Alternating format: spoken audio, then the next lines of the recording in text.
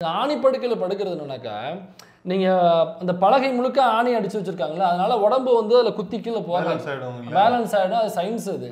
அப்போ அந்த மாதிரி வேண்டிக்கிறவங்க எப்படி வேண்டிக்கணும்னாக்கா, ஒரு 3 அடிக்கு ஒரே சிங்கிள் ஆணி மட்டும் நல்லா முரட்டாணியாக நல்லா கூர்மையாக 3 அடிக்கு மட்டும் வச்சுக்கிட்டு சிங்கிள் ஆணியில் நீங்கள் படுக்கணும், அல்லது சிங்கிள் ஆணியில் நீங்கள் உட்காரணும்.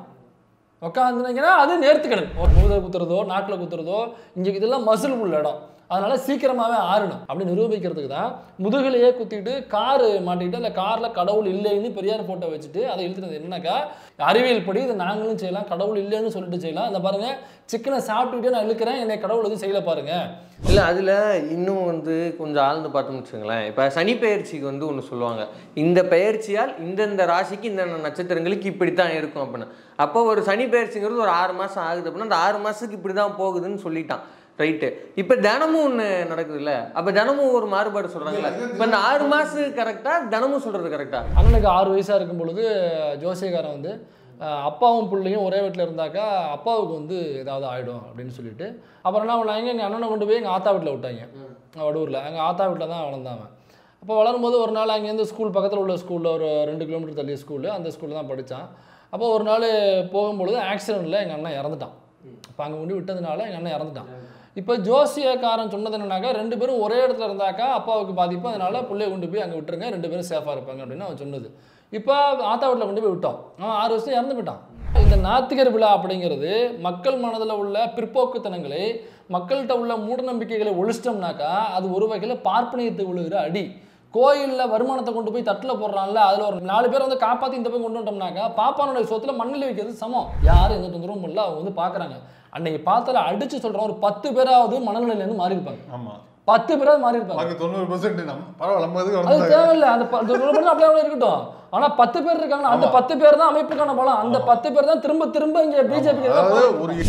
எனக்கும் வந்து இங்கே உள்ள முற்போக்காளர்கள், இங்கே உள்ள பெரியார், அம்பேத்கர், மார்க்சிஸ்ட் சொல்லி கட்சி நடத்துகிற எல்லா தோழர்கள் மீதும் எல்லா தலைவர்கள் மீதும் என்னால் விமர்சனம் வைக்க முடியும். விமர்சனம் வைக்க தெரியும். நான் பெரிய அறிவாளின்னு நான் இங்கே புடுறதால இங்கே ஒன்றும் நடக்க போகிறது இல்லை இந்த உலகத்துக்கு. நான் பெரிய அறிவாளின்னு காமிச்சிக்கல எந்த சமூகத்துக்கு என்ன பயன் இருக்க போகுது? இந்த கேள்வினால சமூகத்துக்கு என்ன பயன் இருக்குன்னு பார்க்கணும். இந்த கேள்வி கேட்கறது நியாயம் இருக்குங்கிறது எனக்கு தெரியும். ஆனால் அந்த கேள்வியில் சமூகத்துக்கு ஏதாவது பயன் இருக்கா? இல்லை, ஒரு மண்ணாங்கட்டியும் இல்லை, தூக்கி குப்பலை போட்டு போங்கிறேன். அதே மாதிரி அவர் வந்து சர்டிஃபைடாக ஒரு இஸ்லாமியராக இருந்தாலும் அவர் கடவுள் மறுப்பாளர், அந்த அல்லாஹ் கடவுளை மறுத்தவர் அவர். இப்போ அவர் வந்து அவருடைய ஃபேஸ்புக்கில் இஸ்லாத்துக்கு எதிராக பேசுகிறாரு, எழுதுறாரு. திமுக கூட்டங்களில் இஸ்லாத்தில் உள்ள பிற்போக்குத்தனங்கள் குறித்து பேசுகிறார். இதனால் கோபமடைந்த அந்த மதத்தில் உள்ள மத அடிப்படைவாதிகள் சிலர் திட்டமிட்டு அவரை வெட்டி கொள்றாங்க. நேரடியாக லிட்டரலாக மண்டையில் வெட்டி கொண்டாங்க, ரத்த வெள்ளத்தில் செத்தாப்புல. அப்போ இஸ்லாமியத்துக்கு எதிராக பேசுவதற்கும் இடம் உண்டாங்க, அதையும் பேசினாங்க. ஆனால் அதனுடைய விளைவுனால அந்த தோழரை இழந்திருக்காங்க. அந்த அளவுக்கு அந்த அமைப்பு வேலை செஞ்சிருக்கு. இழப்பு இல்லாமல் எதுவும் நடக்காது, அவ்வளோ இழப்புகளோடு அந்த அமைப்பு நின்றுருக்கு. ஈஸியாக வந்து இதை எழுதுவியா, அதை நீ நொட்டுவியா அப்படின்னு கேட்டு போயிடலாம். சரி, நீங்கள் திருப்பிட்டு கேட்டு நீங்கள் என்னப்பா நொட்டுறீங்க, நீ என்னப்பா புடுங்கன்னு சொல்லி கேட்டால் என்ன பண்ணுவீங்க? இருக்காங்க எக்ஸ் அக்கௌண்ட்டோ இல்லை வந்து மெட்டா சர்வர் கிராஸ் ஆயிடுச்சுன்னு வச்சுங்களேன், அவனோட மொத்த போராட்ட வாழ்க்கையே இருக்காது. அப்படியா? தமிழை வந்து மொழியாக வைத்து யார் படிச்சு வர்றாங்களோ அவங்களுக்கு வேலையில் முன்னுரிமை அப்படின்னு ஏன் கொடுத்தாருன்னா, அதற்கு முன்னாடி வந்து பார்ப்பனர்கள் தான் மேலே உட்காந்துருக்காங்க எல்லாரும். அவங்க எல்லாருமே என்னன்னாக்கா அந்த தமிழை பிடிக்காதவங்க, அதனால ஆங்கில வழி கல்வி தான் அதிகமாக படிப்பாங்க. இப்போ படித்து மேலே உட்காந்துருக்காங்க. அவங்கள எப்படி காலி பண்ணுறதுனா தமிழ் வழி கல்விக்கு முன்னுரிமை கொடுப்பதன் மூலமாக எல்லாரையும் மேல் பதவிக்கு அனுப்பி நம்மளால அனுப்பிச்சிடலாம். சரியா? இப்படி தான் வந்து கொஞ்சம் கொஞ்சமாக காலி பண்ணி இன்னைக்கு வந்து பார்ப்பனாதிக்கம் தமிழ்நாட்டுக்குள்ள இல்லாததுக்கு காரணம் இது மிக முக்கியமான, இதெல்லாம் வந்து பேஸ்மெண்ட்டாக போட்டது இது. அப்போ அந்த காலத்தில் அப்புறம் எவ்வளோ எதிர்ப்பு இருந்திருக்கும் பெரியாருக்கு.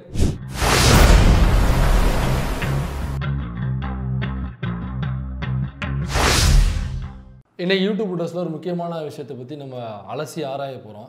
சில வரலாற்று தகவல்களோட பேச போகிறோம்.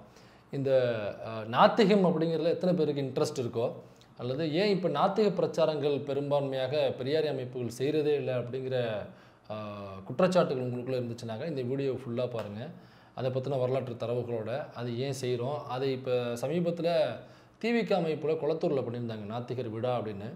அதை ஒட்டிய பதிவுகள் போடும்பொழுது நிறைய பேர் வந்து அந்த நாத்திகர் விழாவிற்கு எதிராக நிறைய பதிவுகள் இருந்தாங்க. பொதுவாக நாத்திகர் விழானா என்ன பண்ணுவாங்கன்னா, அது ஒரு கோவிலில் வேண்டிக்கிட்டு என்னென்னலாம் நேர்த்திக்கடன்கள் செய்வார்களோ, அழகு குத்திக்கிட்டு, சடல் காவடி, பறக்கும் காவடி, இப்படி என்னென்னலாம் வந்து தீ மிதிக்கிறது, கப்பர் சட்டி தூக்குறது, அப்புறம் நெஞ்சில் வந்து செடில் காவடி, இங்கே அழகு காவடி, அப்புறம் லெமன் காவடி, தேர் காவடி, போதும்டா லென்த்தாக போயிட்டே இருப்பான்.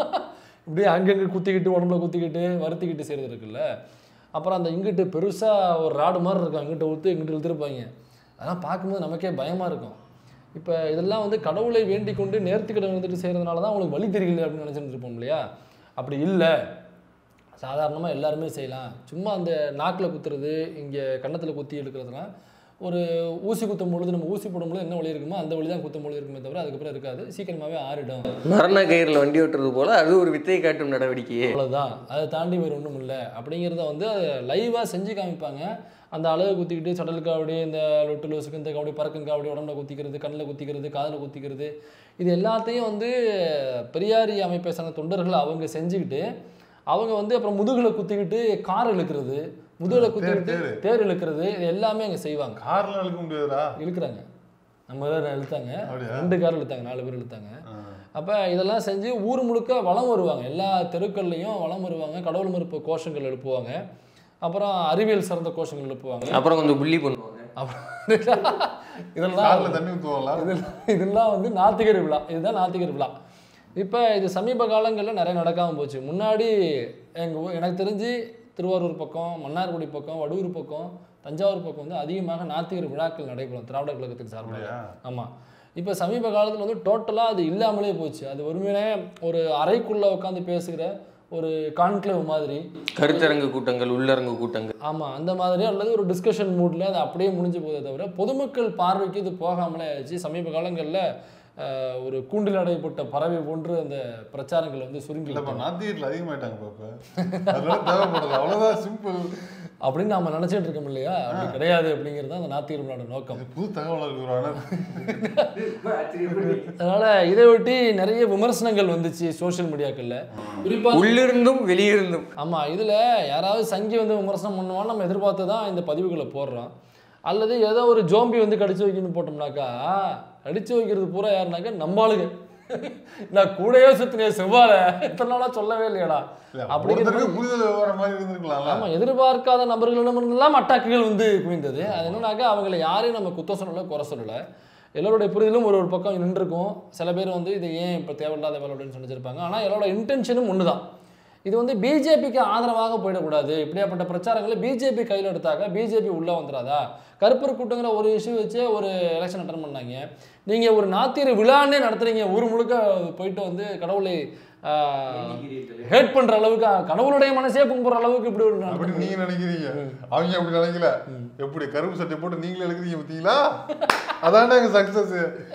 என் சொந்த காலம் அனுப்புறாத என்ன உங்க ஆளுங்க எது இதெல்லாம் இருக்க மாட்டாங்கன்னா இந்த கார்டு எடுக்கிறாங்க, தேர் எடுக்கிறாங்க, அப்படிதான் அவங்க புரிஞ்சுக்கிட்டாங்க. அவங்களும் நம்ம பக்கம் வந்துட்டாங்கடா, சக்சஸ் அப்படின்னு புரிஞ்சுக்கிட்டாங்க. என்ன நினைச்சிட்டாங்க, பெரியார் கோயில் கட்டிட்டாங்க போல் இருக்கு, அடுத்து கும்பாபிஷேகம், ஓகே இப்படியே கொஞ்ச நாள் விட்டோம்னா நம்ம போய் அங்கேயே செட்டில் ஆகலாம்னு நினைச்சிட்டாங்க. இது நல்ல இன்னொரு வேற வகையில இருக்குது. வந்துட்டீங்களா, உண்டுன்னு சொல்லிட்டீங்களா, அப்ப நானும் வந்துடுறேன். எனக்கு அது மட்டும் கடவுள் இல்லை அப்படின்னு சொல்றது மட்டும் தானே பிரச்சனை. காவடி எடுக்கிறீங்க அப்படி வந்துவாங்க. இல்ல அதுல எத்தனாவது நாள் மண்டபப்படி எங்களுக்குன்னு சொல்லிட்டீங்க. பெரியாருங்கள நம்ம சத்திரியருக்கு எத்தனாவது பண்ணப்படி பாருங்க. நம்ம ஆளுங்கள்ட்ட சொல்லணும்ல, வசூல் பண்ணணும்ல அப்படின்னு அனுப்புறாங்க. இல்லைன்னா இப்படி கூட இருக்கும், அந்த தேர்க்கு அப்படி எடுத்துட்டு வரல, அதுக்கு பின்னாடி சிக்கன் சாப்பிட்டுக்கிட்டே எழுத்தாங்க. அவன் நம்ம பையடா எப்படி சொல்ற, கடிக்கும் போது காது அடிச்சு காது மலையே நான் வச்சு ஆடும்டா. இல்லைங்க, நீங்க எல்லாம் சரியா பண்ணீங்க. அதுல ஒருத்த மட்டும் திமிர்த்தனமாவே இன்னமும் சிக்கனை கடிச்சு வராம இருக்க, அவனை மட்டும் வெளில தள்ளிருக்க, நான் வந்துடுறேன். அவன் மட்டும் இன்னும் இதான் மாறாம இருக்கிறாங்க.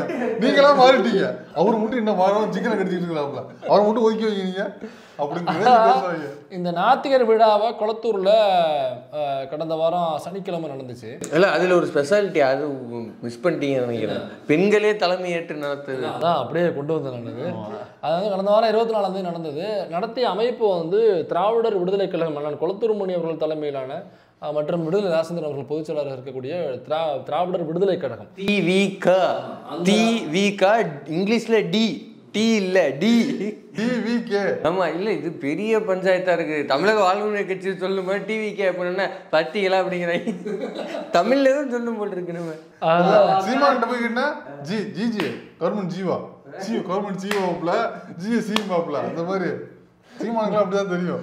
அதில் இது நடத்துனது வந்து திவிகாவில் உள்ள மகளிர் அணி நடத்துனுச்சு. ஸோ இதில் என்ன சிறப்புன்னா தமிழ்நாட்டில் மட்டும் இல்லை, ஒட்டுமொத்த இந்தியாவில் மட்டும் இல்லை, வேர்ல்டு முழுக்க யூனிவர்சல்லையே வந்து இதுவரைக்கும் பெண்களே தலைமை தாங்கி ஒரு நாத்திகர் விழாவை நடத்தியது கிடையாது. வரலாற்றில் முதல் முறையாக பெண்களே முன்னின்று பெண்களே தலைமை தாங்கி அனைத்தையுமே பெண்களே போய் பர்மிஷன் வாங்குறதுலேருந்து இந்த விழாவை டிசைன் பண்ணதுலேருந்து எல்லாமே பெண்கள் தான். ஒட்டுமொத்தமாக பெண்களே நடத்திய ஒரு நாத்திகர் விழா அப்படிங்கிறது உலகத்திலே இதான் கண்டிப்பாக கண்டிப்பாக. ஆனால் காவடி இழுத்ததெல்லாம் ஆண்கள் ஆச்சுப்பா, பெண்களும் இழுத்தாங்க. அதை நீங்க கவனிக்காம காணலையே அது ஒண்ணு பார்த்தேன்.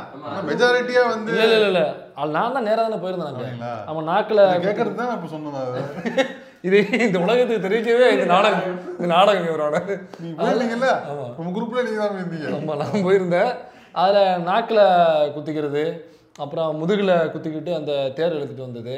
அப்புறம் பெண்கள் வந்து நிறைய பேர் இந்த கிளாஸை உடச்சி போட்டு சில கோயில்களில் வேற மாதிரி நேர்த்திக்கணும் வச்சிருப்பாங்க.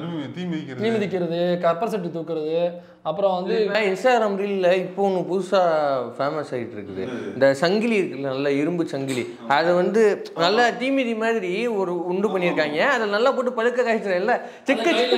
ஆமாம், இப்படி இழுத்துட்டு அப்படிங்கிறாங்க. நமக்கு தெருக்காகுது. இதெல்லாம் செய்வாங்க. ஆனால் பக்கத்துலேயே ஃபயர் சேஃப்டி பக்கத்தில் வச்சுப்பாங்க. எதுக்குடா ஃபயர் சேஃப்டி? என்ன கேட்குறேன் தான் இருக்காருல்ல, இருக்காரு. அவர் பார்க்க மாட்டாரு. எதுக்கு தீயணைப்பு வண்டி இருக்கணும்? தீயணைப்பு போலீஸ் உனக்கு எதுக்கு? இல்லை, கடவுளை விட இங்கே உள்ள தீயணைப்பு அவ்வளோ பெரிய சக்தி வாய்ந்தவங்களா அவங்க? ஏன் கடவுளுங்க இப்படி காமிச்சா புஷ்னு தண்ணி வந்து ஊற்ற போகுது, அணைக்க போகிறாப்புல, அல்லது இப்படி காமிச்ச உடனே அந்த புண்ணு ஆட்டோமேட்டிக்காக சரியா புண்ணு எப்படி வரும் முதல்ல? அது ஒன்று இல்லை, இது எவ்வளோ பெரிய கொடுமையான நாட்டிய பிரச்சாரம். ஒரு தீயணைப்பு வீரரை கொண்டு வந்து தீமிதி திருவிழா நடத்துறது எவ்வளோ பெரிய கொடுமையான பிரச்சாரம் அது. அதில் இந்த மாதிரி இந்த அரசாங்கம், இந்த தீயணைப்பு துறை வந்து கடவுளை வந்து ஹர்ட் பண்ணுது. கடவுள் உணர்வாளர்களை வந்து ஹர்ட் பண்றீங்க நீங்க. அங்கே கொண்டு போய் தீயணைப்பு வண்டியை வச்சுட்டு அடுத்த முறை வந்து அரசாங்கம் இதற்கு உரிய நடவடிக்கை எடுத்து, கடவுளை விட என்ன தீயணைப்பு துறைன்னா அவ்வளோ பெரிய சக்தி வாய்ந்ததா அப்படின்னாக்க தீயணைப்பு துறைக்குள்ள எல்லாரும் காவல் எடுத்துக்கணும். அப்படி ஏதாவது அசம்பாதம் ஏற்பட்டா அவர் வந்து கடவுளுக்கு தப்பு பண்ணிருக்க போறாரு, அதனால கடவுள் தண்டனை கொடுக்குன்னு போங்க. அவ்வளவுதான். ஸ்டைல்ல கேட்கணும்னா வீடு இருந்த ஏன்டா திருவண்ணாமலையில் கோதி இருந்தா என்னடா சொல்ற, அரோகரா கண்ணத்துல போடு, அப்ப வீடு இருந்தா போட வேண்டியதானே, அந்த மாதிரி தான் கேட்கணும். ஒருவேளை அதுல ஏதாவது தவறுகள் நடந்து போய் கை பழுத்து போச்சு, கால் பழுத்து போச்சு, அல்லது இங்க குட்டினதை வந்து தப்பா இங்க குத்திட்டாங்க அப்படின்னாக்கா கடவுளுக்கு நீங்க தவறு எதை செஞ்சிருக்கீங்க, அந்த தவறை தண்டிப்பதற்காக கடவுள் வந்து உங்களை தண்டிக்கிறாரு. அப்ப அதை சரி செய்வதற்கு நீங்க மனிதர்களாகிய நீங்க அரசாங்க மருத்துவர்களையும் அரசாங்க தீயணைப்புத்துறையும் அனுப்புறீங்கன்னாக்கா அப்ப கடவுள் கொடுக்குற பனிஷ்மெண்ட்டை நீங்க அரசாங்கத்தின் துணை கொண்டு நீங்க வந்து தடுக்கிறீங்களா நீங்க? அப்ப அவர் போன ஜென்மத்திலேயே இந்த ஜென்மத்திலேயே செஞ்ச தவறுக்கு வந்து கடவுள் தண்டனை கொடுக்குறாப்புல. யாருக்குமே தெரியாமல் செஞ்ச தவிர கடவுள் பார்த்து தண்டனை கொடுக்குறாப்புல. அதை எதுக்கு நீங்க தடுக்கிறதுக்கு தீயணைப்பு வண்டி அனுப்புறீங்க? அதை எதுக்கு தடுக்கிறதுக்கு நீங்க எதுக்கு மருத்துவர்கள் எதுக்கு பக்கத்தில் வைக்கிறீங்க? இது வன்மையான கண்டனங்கள் இல்லையா? இது என்னன்னாக்கா அரசாங்கம் அனுப்புறதுக்கு முன்னாடி இந்த நிகழ்ச்சி ஏற்பாட்டர்களே வந்து தீயணைப்பு வண்டியை வந்து பக்கத்தில் வச்சுக்கிறது ஆச்சுனாக்கா இப்போ கூட நடந்தது. கடவுளின் மீது உங்களுக்கே நம்பிக்கை இல்லை. ஒரு வாரத்துக்கு முன்னாடி ஒரு சம்பவமே நடந்தது. ஒரு பையன் வந்து விழுந்துட்டான், ஒரு பெரியவர் கூட தீமையில விழுந்துட்டாங்க, படாருன்னு தூக்கிட்டு போனாங்க, ஒரு இறந்தே போயிட்டு ஒருத்தர். இந்த சம்பவம்லாம் நடந்தது. அப்போ கிளாஸ் எல்லாம் உடச்சி போட்டு அதில் நிற்கிறது நடக்கிறது. அப்புறம் இந்த ஆணி படுக்கை இருக்கும் பாருங்க, ஆணி படுக்கையில் படுக்கிறது. ஆமாம், ஆணி செருப்பு ஆணி படுக்கையில் படுக்கிறது, படுத்துக்கிட்டே வந்து ஃபுல்லாக அவங்கள இதை வண்டியில் வச்சு கூட்டு போவாங்க, அவங்க ஆணி படுக்கையில் படுத்துருப்பாங்க. இந்த ஆணி படுக்கையில் படுக்கிறது என்னன்னாக்கா நீங்கள் அந்த பலகை முழுக்க ஆணி அடித்து வச்சுருக்காங்களா, அதனால உடம்பு வந்து அதில் குத்தி கீழே போகாது, பேலன்ஸ் ஆகிடும். அது சயின்ஸ் அது.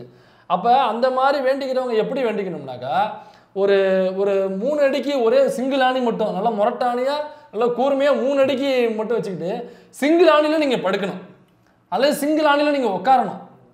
உட்காந்துனீங்கன்னா அது நேர்த்துக்கணும். ஓகே, கடவுள் சார்பாக. இப்போ இந்த வீடியோவை இது வரைக்கும் போஸ்ட் அப்படியே கட் பண்ணி இப்படி போட்டு பவுன்ஸ் போடுற மூஞ்சி முழுக்க போட்டு பார்த்தீங்களா வணக்கம் பாரி சொல்லுங்க, பார்த்தீங்களா இவன் எப்படி பேசாம, பார்த்தீங்களா இப்படித்தான் தமிழர்கள் இவங்க வந்து கழுவேற்றினாங்க அப்படின்னு பேச போறாங்க. கழுவேற்றினாங்க இப்படி இந்த திராவிட கூட்டம் தான் பண்ணிட்டு இருக்கு. அதை வந்து சிம்பாலிக்கா உணர்த்துவதற்காக தான் இந்த நாட்டியர் விழா, அதை தான் இந்த கருப்பு சட்டை. ஆனா இதுல இன்னொரு விஷயம் நம்ம பேச வேண்டியிருக்குது. ஏன்னா இந்த முறை இருக்குல்ல, இந்த சடங்குகள் இல்லை இந்த சம்பிரதாயங்கள், இந்த காவடி எடுக்கிறது, இதெல்லாம் வந்து நாட்டார் முறையில வராதா? இதெல்லாம் நம்ம தெய்வங்களுக்கு எடுத்தது தானே. ஆமா, இது வந்து பார்ப்பனிய முறை எல்லா கோயில்லையுமே உண்டு. இது நீங்க முருகன் கோயிலுங்கிறது நாட்டார் தெய்வம் இதுல கிடையாது, பெருமாள் கோயில்ல கிடையாது இது. இல்ல அதான் பெருமாள் கோயில்ல இந்த மாதிரியான விழாக்கள் இருக்காது. சிவன் கோயிலும் கிடையாது, சிவன் கோயிலும் கிடையாது, சிவன் கோயில்ல இருக்காது, முருகன் கோயில்ல இருக்கும்.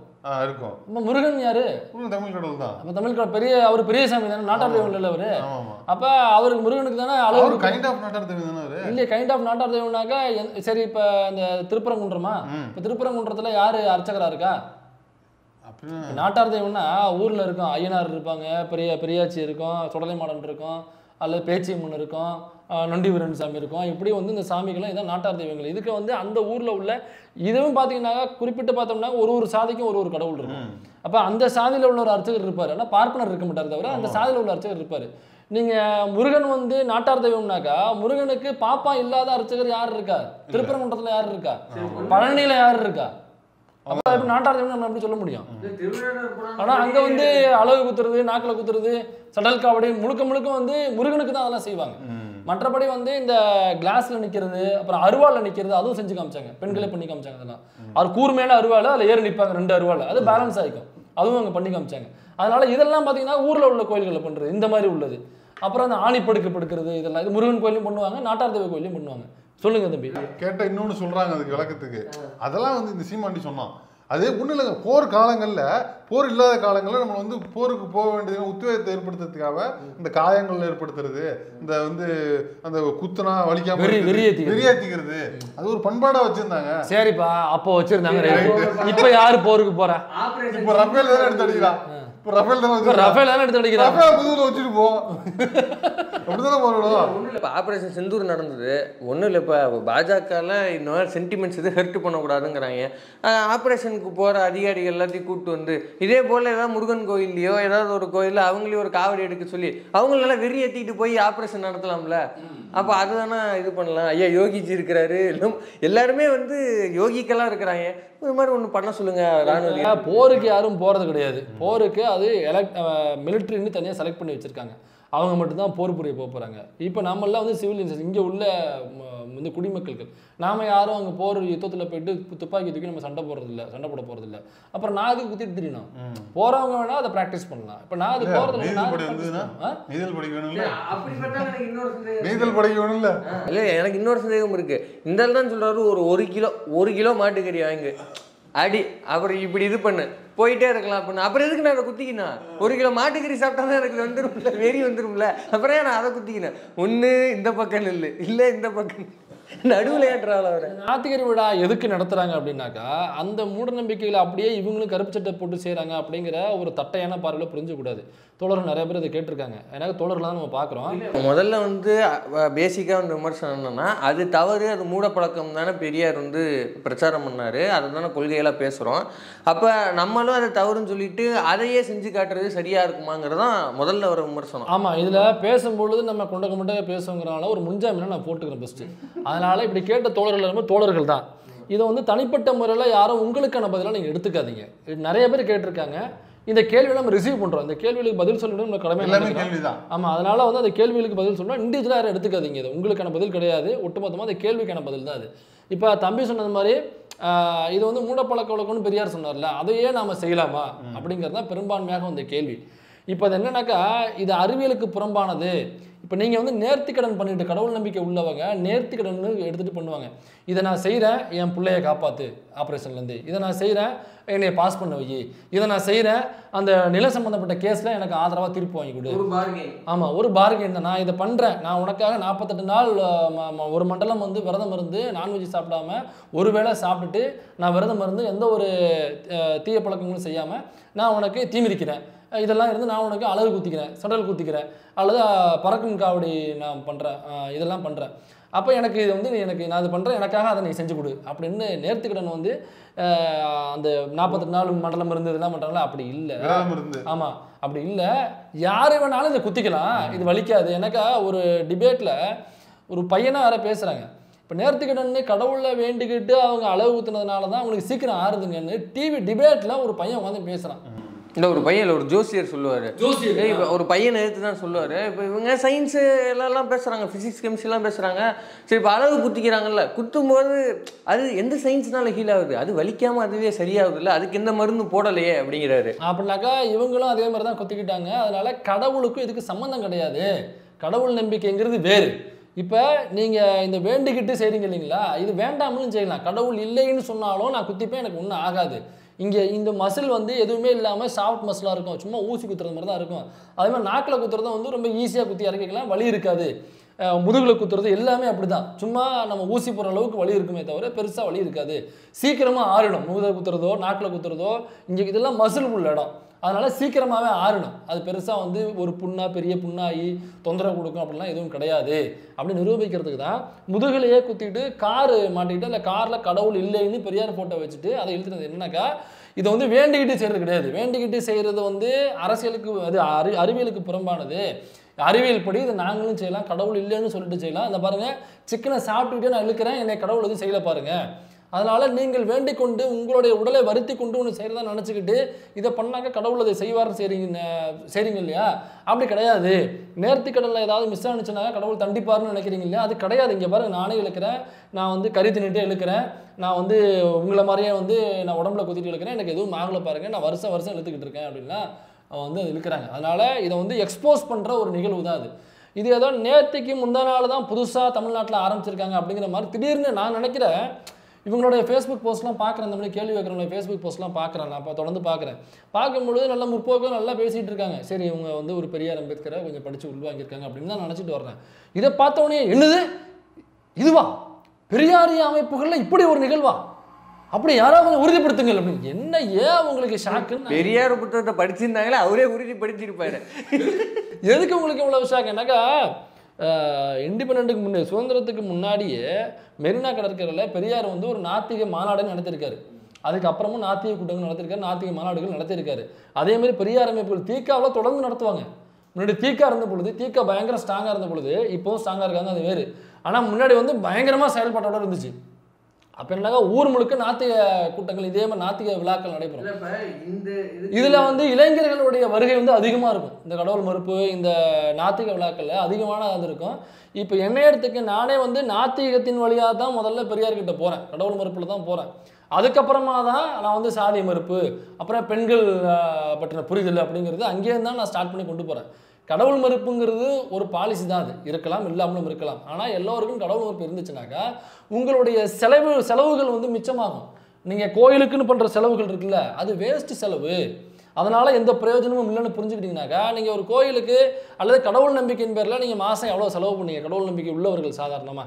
இப்போ இந்த விளக்கேற்றுறது, அதுக்கு வந்து விளக்கு பெரியாரே ஒரு முறை ஒரு மேடையில் வந்து டிசைட் பண்ணி சொல்கிறாரு, இந்த மாதிரி வந்து 3 மாதம் உழைச்சி சம்பாதிச்சு சேர்த்து வைக்கிறான், அது ஒரு திருவிழாவில் இப்படி செலவு பண்ணுறான் அப்படின்னு அவர் டிசைட் பண்ணி ஒரு மாநாட்டில் சொல்கிறாரு. பொருளாதாரம்லாம் யாருக்கு போய் சேர்றதுக்கு தான் மேட்ரு. அதான் இப்போ ஒரு நாள் சம்பாதிக்கிறத டெய்லி கோயிலுக்கு போகிறேன் அப்படிங்கிற பேரில் அவன் வந்து அந்த காசை அங்கே கொண்டு போய் வேஸ்ட் பண்ணுறான். இவர் சொல்கிறது மாதிரி ஒரு 3 நாள் சம்பாரித்து சேர்த்து வச்ச காசை ஒரு திருவிழாவில் ஒட்டுமொத்தமாக செலவு பண்ணி வேஸ்ட் பண்ணுறான். ஒரு வருஷம் அவன் சம்பாரித்து வைக்கிறான் அப்படின்னாக்கா அது ஒரு பெரிய ஃபங்க்ஷன் நடந்து அதில் கொண்டு போய் செலவழிக்கிறான். இந்த மாதிரி வேஸ்ட்டை செலவு பண்ணாதீங்க, காசு சேமித்து வைங்க. கடவுளின் பெயரை சொல்லி, கல்ச்சர் அப்படிங்கிற பெயரை சொல்லி நீங்கள் சேமித்து வச்ச காசெல்லாம் அப்படி வேஸ்ட் பண்ணுறீங்க. சொல்லி பிடிக்கிறாங்க. அது சேமிப்புங்கிற பழக்கமே போயிருச்சு. பார்ப்பனிய டிமானிட்டைசேஷன், இது எல்லாருக்கும் டிமானிட்டைசேஷன், பார்ப்பனிய டிமானிட்டைசேஷன் பேரில் இந்த விமர்சனம் வர்ற போலே இன்னொரு விமர்சனம் நான் முன்னாடி பார்த்துருக்கேன். இது ஒரு 3-4 வருஷத்துக்கு முன்னாடி இதே போல் ஒரு விமர்சனம் பார்த்துருக்கேன். என்னன்னா, டீகா வந்து இந்த கிரகணங்களை ஒட்டி வந்து அந்த ப்ரெக்னெண்ட்டாக இருக்கிற பெண்களை கூப்பிட்டு வந்து கிரகண டைமில் சாப்பிட வைக்கிறது, இந்த மாதிரி வந்து விளையாடுவாங்க. அது தொடர்ந்து பண்ணிகிட்டு இருக்காங்க. இல்லை நான் வந்து சொல்ல இதே போல் ஜர்க்குகள் 3-4 வருஷத்துக்கு முன்னாடி வந்து நான் பார்த்துருக்கேன். இதனால் என்ன பயன், இதனால் சமூக நீதி வரப்போகுதா, இதனால் வந்து இடஒதுக்கீடு கூட இப்படியெல்லாம் கேட்குற ஆட்கள் இருக்காங்க. இதே பெரியார் நம்ம பண்ணணும் அப்படின்னா இப்போ அதோடைய தேவைன்னு ஒன்று இருக்குல்ல, அதை பற்றி டிஸ்கஸ் பண்ணால் ஒட்டி இருக்குன்னு நினைக்கிறேன். அதாவது குடிகாரனை பற்றி படம் எடுத்தா, குடிகாரனை பற்றி தான் படம் எடுத்தா இல்லைன்னு சொல்ல முடியும், குடிக்காத சொல்ல முடியும். நீ வந்து ரேப் பண்ணாரான்னு சொல்கிறத வந்து எடுத்து காமிச்சா சொல்ல முடியும். ஆமாம், அதனால வந்து இது ஒரு முறை தான். இல்லை என்னக்கா இந்த தீ மிதிக்கிறது அப்புறம் இந்த மற்ற இதெல்லாம் இருக்குது பார்த்தீங்களா, அதெல்லாம் பார்க்கும்பொழுது ஒரு சாகசங்களாக இங்கே பார்க்கப்படுது. பெரிய சாகசங்கள், கடவுளின் பெயரை சொல்லி தான் இதை பண்ண முடியும். இது வந்து நம்ம விரதம் இருந்தால் தான் அதை செய்ய முடியும். தாண்டி அது ஒரு ஆச்சரியமான அதிசயமான விஷயமா, கடவுள் அருளால் நடக்குது பற்றி அது எவ்வளோ பெரிய அதிசயம் அப்படி பார்க்குறாங்க. கடவுள் இருக்காரு அப்படிங்கிறது அங்கே போய் ஹோல்ட் ஆகுது. கடவுள் இருக்காருனாக்கா அப்போ கடவுளுக்கு பின்னாடி உள்ள சனாதனம் இருக்குன்னு ஹோல்ட் ஆகுது. அப்போ அதன் வழி உள்ள சாதி ஹோல்ட் ஆகுது, அதன் வழி உள்ள மதம் ஹோல்ட் ஆகுது, அதன் வழி உள்ள தீண்டாமை ஹோல்ட் ஆகுது, அதன் வழி உள்ள பெண்ணிடமைத்தனமும் ஹோல்ட் ஆகுது. இது எல்லாமே செயின் டேக்லாம் ஒன்றுக்கு ஒன்று செயின் டேக்லாம் இருக்கும். அப்போ நீங்கள் இதில் எதை எடுத்து அடித்தாலுமே நேரடியாக அதை சாதிக்கு அடிக்கிற சம்மட்டி அடி தான். அதனுடைய ஒரு கூறு தான் இந்த பிற்போக்குத்தனங்கள், இந்த மூடநம்பிக்கைகள். அதனால இந்த மூடநம்பிக்கைகளை கடவுளின் பெயரை சொல்லி இல்லை, பெரியாரின் பெயரை சொல்லி நாங்கள் செஞ்சாலும் எங்களுக்கு எதுவும் ஆகாது.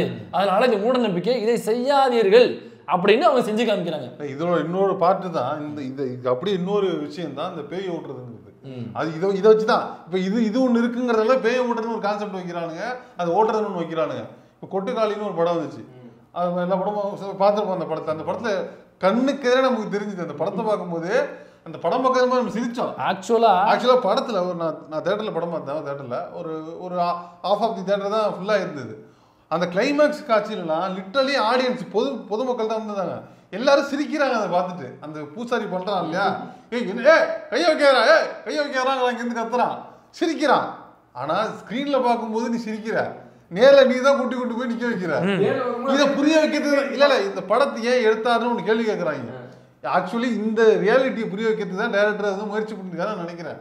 நேர்ல பார்க்கும்போது திட்டு இல்ல, இதுதான் உன்னோட ரியல் எமோஷன், இதை வந்து எங்க காட்ட மாட்டீங்கள. ஆக்சுவலா அந்த கொட்டுக்காலியில கிளைமேக்ஸ்ல ஒரு அந்த வசியத்தை எடுக்கிறேன்னு சொல்லி பண்றான்ல, கல் எடுக்கிறத அதை சொல்லுவாங்க. அது வந்து இன்னமும் நடந்துகிட்டு இருக்கு. ஊர்ல வந்து ரொம்ப ஃபேமஸ். இந்த மாதிரி ஏதாவது மனநலம் பாதிக்கப்பட்டவங்க அல்லது ஏதோ ஒரு ட்ராமாவில் இருப்பாங்க அப்படின்னாக்கா அவங்களை கூட்டு போடுவாங்க. லவ் பண்றவங்க வரைக்கும் இருக்கு, பர்சனல் அனுபவமே இருக்கு. வசியம் வச்சுட்டா வசியத்தை எடுக்கணும்னு சொல்லிட்டு போவாங்க. அவன் முந்தா நாள் ஒரு பொண்ணை வந்து பேய் அடிக்கணும்னு சொல்லி அடிச்சு கொண்டு விட்டான் ஒருத்தன், ஒரு பூசாரி தெரியல, 3 நாளைக்கு முன்னாடி.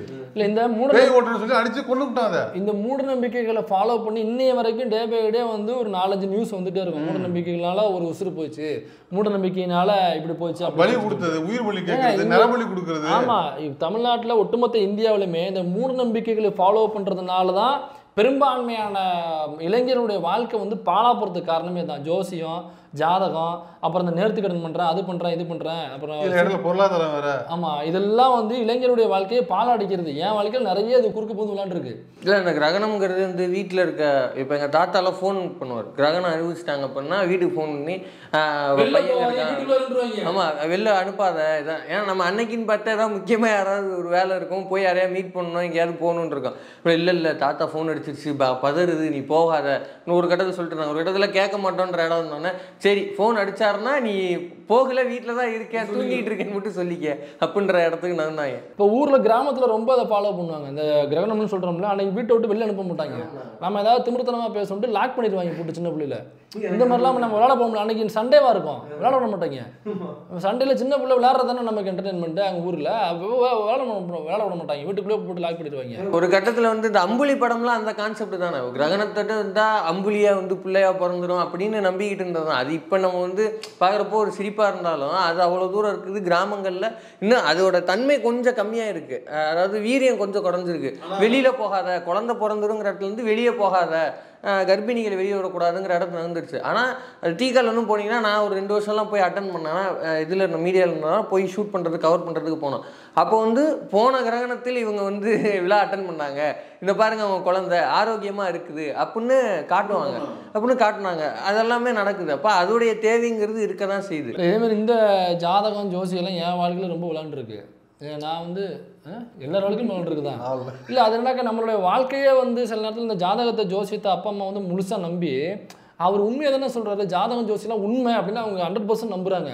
இன்னமும் பாருங்கள், எங்கள் அப்பா பார்த்தீங்கன்னாக்கா ஃபோனை வச்சுட்டு இப்படி காது பக்கத்தில் உட்காந்துருப்பாரு. காதுக்கு கேட்கும் தண்ணு கம்மியாயிருச்சு, இருந்தாலும்னாக்கா அந்த இது வாங்கி போட்டுட்டு, அந்த ஹெட்ஃபோன் வாங்கி போட்டுட்டு, இல்லைனாக்கா ஃபோனை காதுகிட்ட வச்சுட்டு பார்த்தோம்னாக்கா ஒரு ஜோசியம் ஓடிக்கிட்டு இருக்கும், அல்லது ஜாதகம் சொல்லிட்டு இருப்பார் யூடியூப்பில். அவங்க இப்போ யூடியூப்பில் உட்காந்து கேட்க ஆரம்பிச்சிட்டாங்க. யார்ட்டையும் போகாமல் யூடியூப்பில் உட்காந்து என்னக்கா இந்த ஜாதகம் ஜோசியம் கேட்குறதுல நீங்கள் ஒரு நாள் கேட்குறது தானே.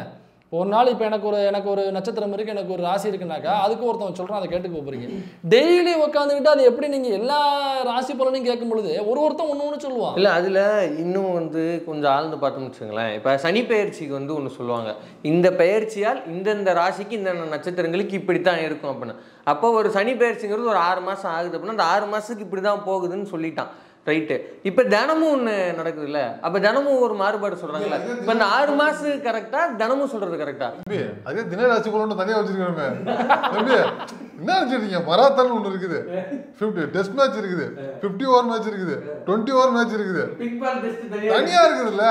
ஒவ்வொன்றுக்கும் வெரைட்டி ஒன்று இருக்குது. எது சரியாக நடக்கும்னு ஒன்று இருக்குல்ல. இப்போ வருடாந்திர பலன்னு ஒன்று போடுறாங்க, அதுக்கப்புறமா பெயர்ச்சி பலன்னு தனியாக போடுறாங்க, தினசரி பலன்னு இருக்குது. இப்போ எதை நான் நம்புறது? இல்லை ஒன்றும் இல்லைப்பா, ஏதாவது எவனாவது ஒரு நல்ல வார்த்தை சொல்லிட மாட்டானா, ஒரு தெம்பு கிடைச்சிடாதா அப்படின்னு ஒரு எனர்ஜி எதிர்பார்க்குறாங்க அவங்க. இது எங்கே போயிருந்தாக்கா உயிரிழப்பில் கொண்டு விட்டுருவது.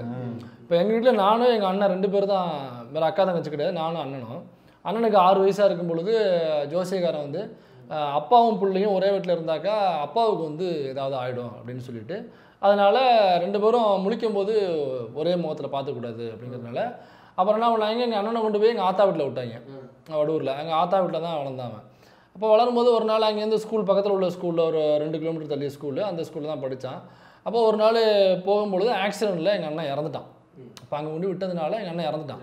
இப்போ ஜோசியக்காரன் சொன்னது என்னன்னாக்கா 2 பேரும் ஒரே இடத்துல இருந்தாக்கா அப்பாவுக்கு பாதிப்பு, அதனால் பிள்ளைய கொண்டு போய் அங்கே விட்டுருங்க, 2 பேரும் சேஃபாக இருப்பாங்க அப்படின்னு அவன் சொன்னது. இப்போ ஆத்தா வீட்டில் கொண்டு போய் விட்டோம். அவன் 6 வருஷம் இறந்து போயிட்டான். என்ன பண்ணுவீங்க, அவன் 6 வருஷம் இறந்து போனான்ல. அதுக்கப்புறம் சின்ன வயசு, அப்போ வந்து பெரிய ட்ராமா ஆகி போச்சு எங்கள் அம்மாவுக்குலாம். அது வந்து ஆமாம், நான் வந்து 10வது படிக்கிற வரைக்குமே எங்கள் அம்மா வந்து டெய்லி நைட்டு உட்காந்து அழுவாங்க. டெய்லி தினம் இருக்கும், என்னைக்கோ ஒரு நாள் அப்படின்னு இல்லை. அந்த ட்ராமாவில் தான் அவங்களால வெளில வரைய முடியல. ட்ராமா எபிசோட்ஸ் வந்து ரொம்ப கொடுமையாக. ஆமாம், இந்த மாதிரி ட்ராமாவும் ரொம்ப நாளாக அவங்க கஷ்டப்பட்டு இருந்தாங்க. அது என்னக்கா, எனக்கு தெரிஞ்சு நான் 10வது முடிக்கிற வரைக்கும் அவங்க வந்து டெய்லி நைட்டு உட்காந்து அழுதுகிட்டே இருப்பாங்க.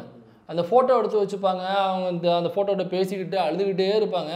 அவனோட நினைவுகளை நினச்சி கூறி அவங்க அழுதுகிட்டே இருப்பாங்க. நான் 10வது படிக்கிற வரைக்கும், அப்போ அவன் சாகும் பொழுது நான் வந்து 1வது படிக்கிறேன். அவனுக்கு 6 வயசு, எனக்கு 4 வயசுன்னு நினைக்கிறேன். அப்போ வந்து 1வது படிக்கல, 1வது சேர்க்க போகிற காலகட்டங்கள் வச்சுங்களேன். அப்போ அதுலேருந்து நான் 10வதுனாக்க ஒரு 10 வருஷம் வந்து டெய்லி 10 × 360 எவ்வளோ, ஒரு 4000 நாட்கள் தொடர்ந்து அழுதுகிட்டே இருந்தாங்க. இது காரணம் என்னக்கா அந்த ஜோசியம். அப்போ நீ தானே இப்போ அந்த ஜோசியக்காரன் போய் சட்டையை பிடிச்சி கேட்கணும், நீ தானே சொன்ன காசு வாங்கணும் இல்லை, இப்போ நீ சொன்ன மாதிரி நான் கொண்டே விட்டேன், ஆனால் அவன் செத்து போயிட்டானே. இப்போ நீ வந்து 2 பேரும் ஒரே இடத்துல இருந்தாக்கா, அவன் சொன்னதுனாக்க 2 பேரும் ஒரே இடத்துல இருந்தாக்கா யாராவது ஒரு உசுருக்கு ஆபத்துனா, இப்போ அங்கே கொண்டே விட்டாங்க. இப்போ அவன் பிள்ளை செத்து போயிட்டானே, இப்போ என்ன பண்ணுறது, யார் உசுறு போச்சு இல்லை, அது வந்து கன்ஃபார்ம். ஆனா அது வரைக்கும் உண்மைதானே. இல்ல இல்ல, நீங்க நேர்த்திக்கு ஏதாவது தவறு பண்ணிருக்கீங்க அல்லது நான் சொன்ன மாதிரி நீங்க ஃபாலோ பண்ணுங்க. இதுக்கு தான் அம்பேத்கர் சொன்னாரு, லிமிட்லெஸ் வைங்க, இதுக்கு ஒரு கவர்னன்ஸ் வைங்க, எல்லை இல்லாம போயிட்டு இருக்குது. இதுதான் எல்லா இடத்துலயும் நடந்துகிட்டு இருக்குது. இவங்க எங்க தப்பிக்கிறாங்கன்னா, இவங்க கேள்வி கேட்கறது ஆள் இல்ல, ஒரு இது என்னது ஜூரி இல்ல, ஒரு ஜட்ஜி இல்லாதனால இஷ்டத்துக்கு வாய்க்கு வந்து அடிச்சு விடுறாங்க. இதுக்கு தான் சொன்னாரு அம்பேத்கர், இல்லைங்க இது கவனிக்கணும், நீங்க வந்து இதுக்கு வந்து சட்டம் கொண்டு வரணும், மிஸ் ஆச்சுன்னா கேள்வி கேட்கணும், தண்டனை கொடுக்கணும். இப்போ இந்த சொன்ன ஜோசியருக்கு தண்டனை கொடுக்கணும் சட்டப்படி. எல்கேஜி ஏதோ ஒரு படத்தில், எல்கேஜியில் இது மூக்குத்தி அம்மன் நினைக்கிறேன், அந்த படத்தில் ஆர்ஜே பாலாஜி கேட்பாரு, சரி சார் இப்போ நடக்கலன்னா நான் எனக்கு என்ன கேரண்டி, இப்போ ஒரு பொருள் வாங்குறேன் ஒரு கேரண்டி வாரண்டின்னு கொடுக்குறா, நடக்கலைன்னா என்ன அப்படிங்கிற கேள்வி இருக்குல்ல. இப்போ இது ஒருத்தருக்கு மட்டும் பிரச்சனை இல்லை, இப்போ அந்த 10 வருஷம் தினமும் அம்மா வீட்டில் உட்காந்து அழுகுறாங்கிறது இவருக்கு எவ்வளோ, எனக்கே என்னாலே பார்க்க முடியாது. ஏன்னா ரொம்ப நாள் சோகமா இருப்பாங்க. இப்போ ஏன்னா நானும் யோசிச்சு பார்த்துருக்கேன், ஏன்னா ரொம்ப மின்சோகமா ஒண்ணுமே வீட்டுக்குள்ளேயே நிம்மதி இருக்காது. ஏன்னா அவங்க அழுதுகிட்டு இருப்பாங்க, நம்ம எப்படி ஜாலியா இருக்க முடியும், அது இருக்காது. அப்புறம் நைட்டு அவங்க எப்படி தூங்க முடியும், ஜாலியாக இருக்கிறது வேற, நம்ம எப்படி தூங்குறது. இப்போ உங்களுக்கு எவ்வளோ கஷ்டமாக இருக்கும் அப்படின்னா அப்பாவுக்கு எப்படி இருந்திருக்கும், அவர் ஒய்ஃப் அழுதுகிட்டே இருக்கிறாங்க, அவர் என்னன்னு கம்ஃபர்ட் பண்ணுறது, யாரோ ஒருத்தர் பேச்சு விட்டு போய் விட்டோம், அவருக்கு எவ்வளோ வருத்தம் இருக்குது. இப்போ மொத்த பேர் நிம்மதியும் கெடுத்து விடுறது. என்ன பண்ணுவாங்கனாக்கா, பாதி நைட்டுக்கு மேலே வரைக்கும் அழுதுகிட்டே இருப்பாங்க, தேம்பி அழுதுகிட்டே இருப்பாங்க, அழுது டயர்டாகி தூங்குறது தான். அப்புறம் காலைல எழுந்திரிச்சு அவங்களுடைய வேலைகளை பார்க்க ஆரம்பிச்சிடுவாங்க. இப்படி தான் நான் 10வது படிக்கிற வரைக்கும் எனக்கு இருந்துச்சு. ஆனால் அவங்க ஜோசியம் பார்க்குறத விடலை, ஜோசியம் பார்க்குறத விடல. என்னாச்சுனாக்கா, நான் 10வது முடிச்சோடனே சரியாக சொல்லலைங்க, அவர் சரியாக சொல்லலை, வேற ஜோசியத்தை இந்த ஜோசியம் பார்த்துட்டு நம்மளை தொந்தரவு பண்ணுவாங்க, நீ இதை தான் படிக்கணும், அங்கே தான் போகணும், இங்கே தான் வரணும், இந்த ட்ரெஸ்ஸு போடணும், கருப்பு கலரில் பேண்ட்டு ஷர்ட்டு போட விட மாட்டாங்க, கருப்பு கலரில் வாட்ச் கட்ட விட மாட்டாங்க, கருப்பு கலரில் அருணா கயிறு முறை கொண்டு கருப்பு கலரில் இருக்கக்கூடாது, கருப்பு நமக்கு ஒத்துக்காது அப்படின்னு சொல்லி கருப்பு. இது ஒன்று, இதுவும் இதே இதுதான் மெத்தட் தான். எங்கள் வீட்டில் என்ன சொன்னாங்க, நான் வளர்ற வரைக்கும் நம்மளுக்கு சிவப்பு ஆகாது, சிவப்பு ஆகாது நமக்கு, நம்ம அது கிடையாது, உங்களுக்கு கருப்பு தான் சொல்லிட்டு கருப்பு கயிறு ஏதாவது போட்டா கூட கயிறு கட்டினா கூட கருப்பு கயிறு தான் கட்டணும். சேப்பு கயிறு முன்னே என்ன தெரியுமா, எனக்கு சேப்பு கயிறு கட்டினா ஆசையா இருக்கும் அந்த டைம்ல. இல்ல அது ஒரு டிசைனா இருக்கும்ல, என்னடா நான் மட்டும் சும்மா கருப்பு சேப்பு சேர்த்து கட்டி அவன் சொல்ல சேப்புலாம் கட்டக்கூடாதுமா, எனக்கு ரொம்ப டென்ஷன் ஆகும். இப்போ என்ன சொல்றேன், கொஞ்ச நாளைக்கு அப்புறம் நம்ம சேப்பு தான் கட்டுக்கிறாங்க. ஆமாது இன்னும் கருப்பு கட்டுங்கிற இப்போ தம்பி அது கிடையாது, மாறிடுச்சு, நம்மளுக்கு சேப்பு தாங்கிறாங்க. அப்புறம் இன்னொரு இடத்துல ஜாதகம் பார்த்துட்டு 10வது முடிச்சுன்னு 11வது வந்து நீ ஹிஸ்ட்ரி எடுத்தாதான் உன்னுடைய லைஃப் வந்து வேறு மாதிரி மாறும் அப்படின்னு சொல்கிறாங்க. ஹிஸ்ட்ரி எடுப்புன்னு சொல்லிட்டு போட்டு மண்டே கிளவுறாங்க, போட்டு தொந்தரவு பண்ணுறாங்க. நமக்கு எவ்வளோ ப்ரெஷராக இருக்கும். வந்து ரொம்ப டென்ஷன் ஆகி அப்புறம் வந்து வொகேஷனல் குரூப் தான் எடுத்தேன் நான். ரொம்ப டென்ஷன் ஆகி அதுக்கப்புறம் நான் சொன்னாங்கன்னா, அதுக்கப்புறம் முடிச்சுட்டு இன்ஜினியரிங் முடிச்சுட்டு அப்புறம் சினிமாவுக்குன்னு வந்துட்டு அசிஸ்டன்ட் ஒர்க் பண்ணிட்டு நடிக்கிறது வாய்ப்பு தெரிஞ்சோன்னே ஐயா அன்றைக்கும் வந்து ஹிஸ்ட்ரி எடுத்துருந்தேனாங்க, இவ்வளோ கஷ்டப்பட தேவை இருக்குமா அப்படிங்கிறாங்க. ஹிஸ்ட்ரி சினிமா பண்ணுறதுல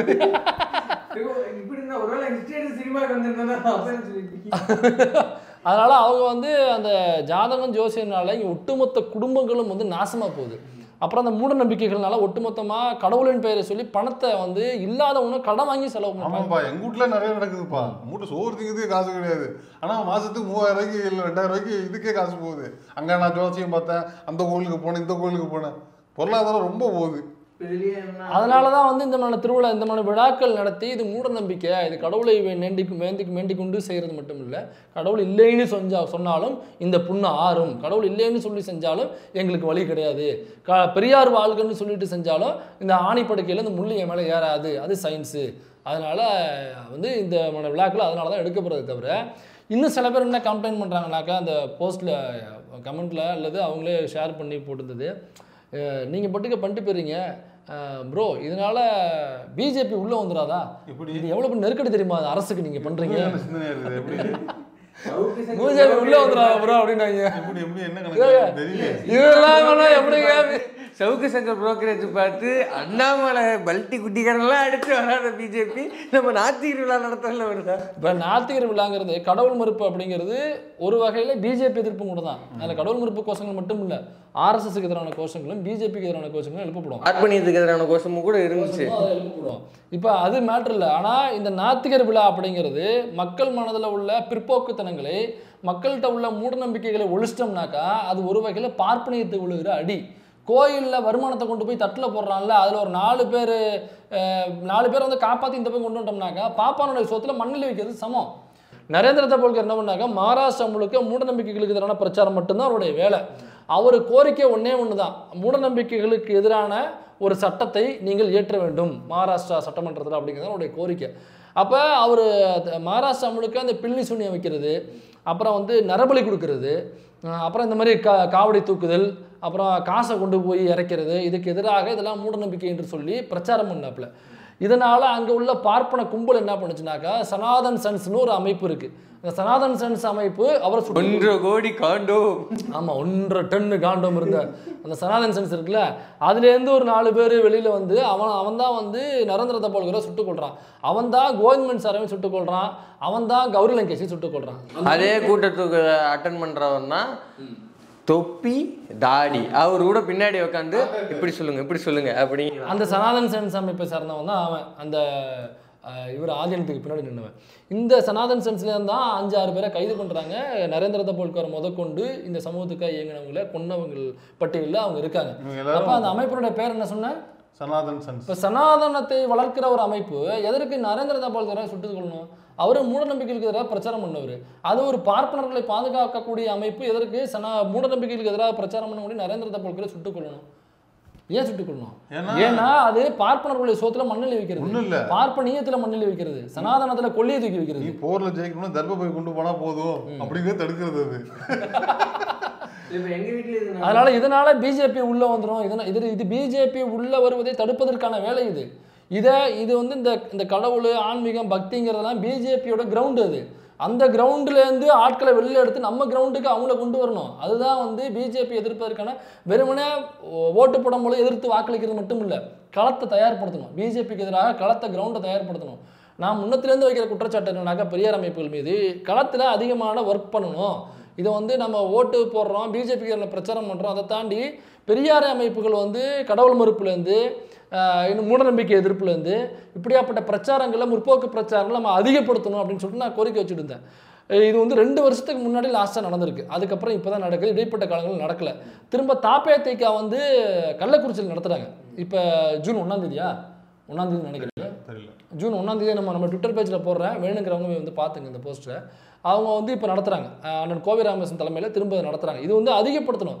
இது இன்னைக்கு நேற்று வந்தது கிடையாது. இது பாரம்பரியமாக இங்கே பெரியார் அமைப்புகள் பண்ணி கொண்டிருந்தது தான், செய்து கொண்டிருந்தது தான். இடையில அதிமுகவோட 10 வருஷம் இருக்குல்ல, அதில் நின்று போச்சு. அதில் பர்மிஷன் தர்றது கிடையாது. பல விஷயம் நின்று போச்சு, பல விஷயம் நின்று போச்சு, தேங்கி போச்சு. அந்த 10 வருஷத்தில் ஒர்க் பண்ணாமல், ஏன்னாக்கா ஒர்க் பண்ண முடியல. அதிமுக வந்து இங்க எடப்பாடி அவர்கள் சிஎம்ஆ இருக்கும் பொழுது, எடப்பாடி சிஎம்ஆ இல்ல, எச்ராஜால சிஎம்ஆ இருந்தாப்ல. அப்ப பர்மிஷன் தான் எச்ராஜா கொடுக்கணும். இதுக்கு எப்படி எச்ராஜா பர்மிஷன் கொடுக்கணும்? கலைஞருக்கு இடங்கட்டத்தை கொடுக்கலையப்பா அவங்க.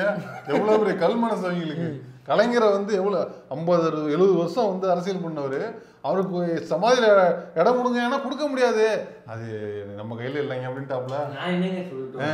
ஆனா இன்னும் சில தோழர்கள் அதிகாரம் கையில இருந்தது. இன்னும் சில தோழர்கள் வந்து இல்லை, பெண்கள் வந்து வேறு சில மாநாடுகள் இங்கே நடந்திருக்கு, ஃப்ரான்ஸில் நடந்திருக்கு, ஜெர்மனியில் நடந்திருக்கு, யூகேல நடந்திருக்கு, அங்கே நடந்திருக்கு, இங்கே ரஷ்யாவில் நடந்திருக்கு, ருஷ்யாவில் நடந்திருக்கு, இப்படி பல நடந்திருக்கு. அதனுடைய விளைவுகள் வந்து பாருங்கள், இந்த மாதிரியான விளைவுகள்லாம் அதில் நடந்திருக்கு.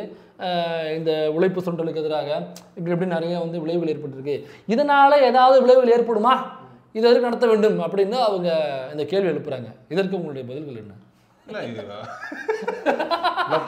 இதனால என்ன விளைவுகள்னா, மைனருங்கிற ஒரு ஜாதியவாதி, மைனருங்கிற ஒரு மூடநம்பிக்கையில ஊறி போய் கிடந்தவன், மைனருங்கிற ஒரு பெண்ணிமைத்தனத்தை ஆதரிச்சு ஊர்ல கிடந்தவன் வெளியில வர்றதுக்கான புள்ளியை ஆரம்பிச்சு வச்சது இந்த கடவுள் மறுப்பு இயக்கம் தான். இந்த கடவுள் மறுப்பு கொள்கைகள் நான் இணைஞ்சு அதுக்கப்புறமா தான் அது சாதிய மறுப்பாக வந்து, எனக்கு அது ப்ராசஸ். அது இன்னமும் நம்ம முழுசா அதுலேருந்து வெளில வந்துட்டோமாங்கிறது நமக்கு தெரியல. அதாவது முற்போக்குங்கிறது நிற்கிறது கிடையாது. பெரியாரே வந்து இப்போ இருந்தாருனாக்கா இன்னும் அப்டேட் ஆகி போயிட்டே இருப்பார். பெரியார் இறந்து போயிட்டாருனாக்கா அதோட முற்போக்குங்கிறது முடிஞ்சு போகல. அவர் ஏஐல பிரச்சாரம் பண்றது எப்படின்னு அதில் டைப் பண்ணிட்டு இருந்தார். இன்னமும் வேற என்ன பிரச்சாரத்தை எப்படி கொண்டு போகலாம், வேற வடிவில் எப்படி கொண்டு போகலாம்னு சொல்லி யோசிப்பாரு. அப்போ பெரியார் எழுதின புத்தகங்கள் மட்டுமே முற்போக்கு அப்படிங்கிறது கிடையாது. நான் சொல்றது வந்து இன்னமும் அது வந்து அப்டேட் ஆகிட்டே போயிட்டே இருக்கும். எப்படி வந்து இன்னைக்கு ஒரு வீடியோ காலில் அந்த தண்ணியில் கொண்டு போய் ஃபோனை வச்சு அதற்கு ஒரு 1500 பில்லு வாங்குறான் பார்த்தீங்களா, அந்த கும்பாபிஷேகம் ரெண்டாவது மகா கும்பில், இப்படியே அப்டேட் ஆகுறனால அதுக்கு எப்படி பிரச்சாரம் பண்ணுறது யோசிப்பாப்புல. அப்போ அது அப்டேட் ஆகிட்டே இருக்கும் பிற்போக்குங்கிறது. அதற்கு மாறாக முற்போக்குங்கிறது ஒரு அப்டேட் ஆகும். அது ஒரு ப்ராசஸ், அது நிற்காது. அப்போ இதனால என்ன லாபம்னா, கண்டிப்பாக லாபம் இருக்கு. நீ யோசிச்சு பாருங்க, இப்படி ஒரு நாத்திக விழாவை குளத்தூர்ல உள்ள பொதுமக்கள் வாழ்கிற அனைத்து தெருக்கள்லையும் உள்ள போயிட்டு வருதுங்க. யாரும் எந்த தொந்தரவும் இல்லை. அவங்க வந்து பாக்குறாங்க. அன்னைக்கு பார்த்தால அடிச்சு சொல்றோம், ஒரு 10 பேராவது மனநிலையில இருந்து மாறி இருப்பாங்க. 10 பேராவது மாறி இருப்பாங்க. 90% பரவாயில்ல, அது தேவையில்லை. அந்த 90% அப்படியே இருக்கட்டும். ஆனா 10 பேர் இருக்காங்க. அந்த 10 பேர் தான் அமைப்புக்கான பலம். அந்த 10 பேர் தான் திரும்ப திரும்ப இங்க பிஜேபி ஒரு எட்ஜில் நின்று இருப்பாங்க. நம்ம வந்து சரியான டைம் சரியான முடிவு எடுத்துக்கோமா, கடவுள் இருக்கா இல்லையா, நம்மளுக்கு வந்து இந்த மாதிரிலாம் சொல்கிறாங்களே அப்படின்னு எட்ஜில் நின்று அவங்களுக்கு இந்த மாதிரியான ஒரு சடங்கு வந்து, இந்த மூடநம்பிக்கை சடங்கு வந்து அவங்களுக்கு ஒரு வெளிச்சத்தை கொடுக்கும், ஒரு பாய்ச்சலை கொடுக்கும். இந்த எட்ஜிலேருந்தே ஸ்ட்ராங்காக ஒரு முடிவு எடுக்கிறதுக்கு இந்த மாதிரியான நிகழ்ச்சிகள் உதவும்னு நினைக்கிறேன். என்ன கொஞ்சம் ஓப்பனாக சொல்கிறேன், அந்த 10 பேர் பாப்பானு காசு கொடுக்க மாட்டாங்களா? அந்த 10 பேர் நாளைக்கு பாப்பானு காசு கொடுக்க மாட்டாங்க, அது போதும், அவ்வளோதான்.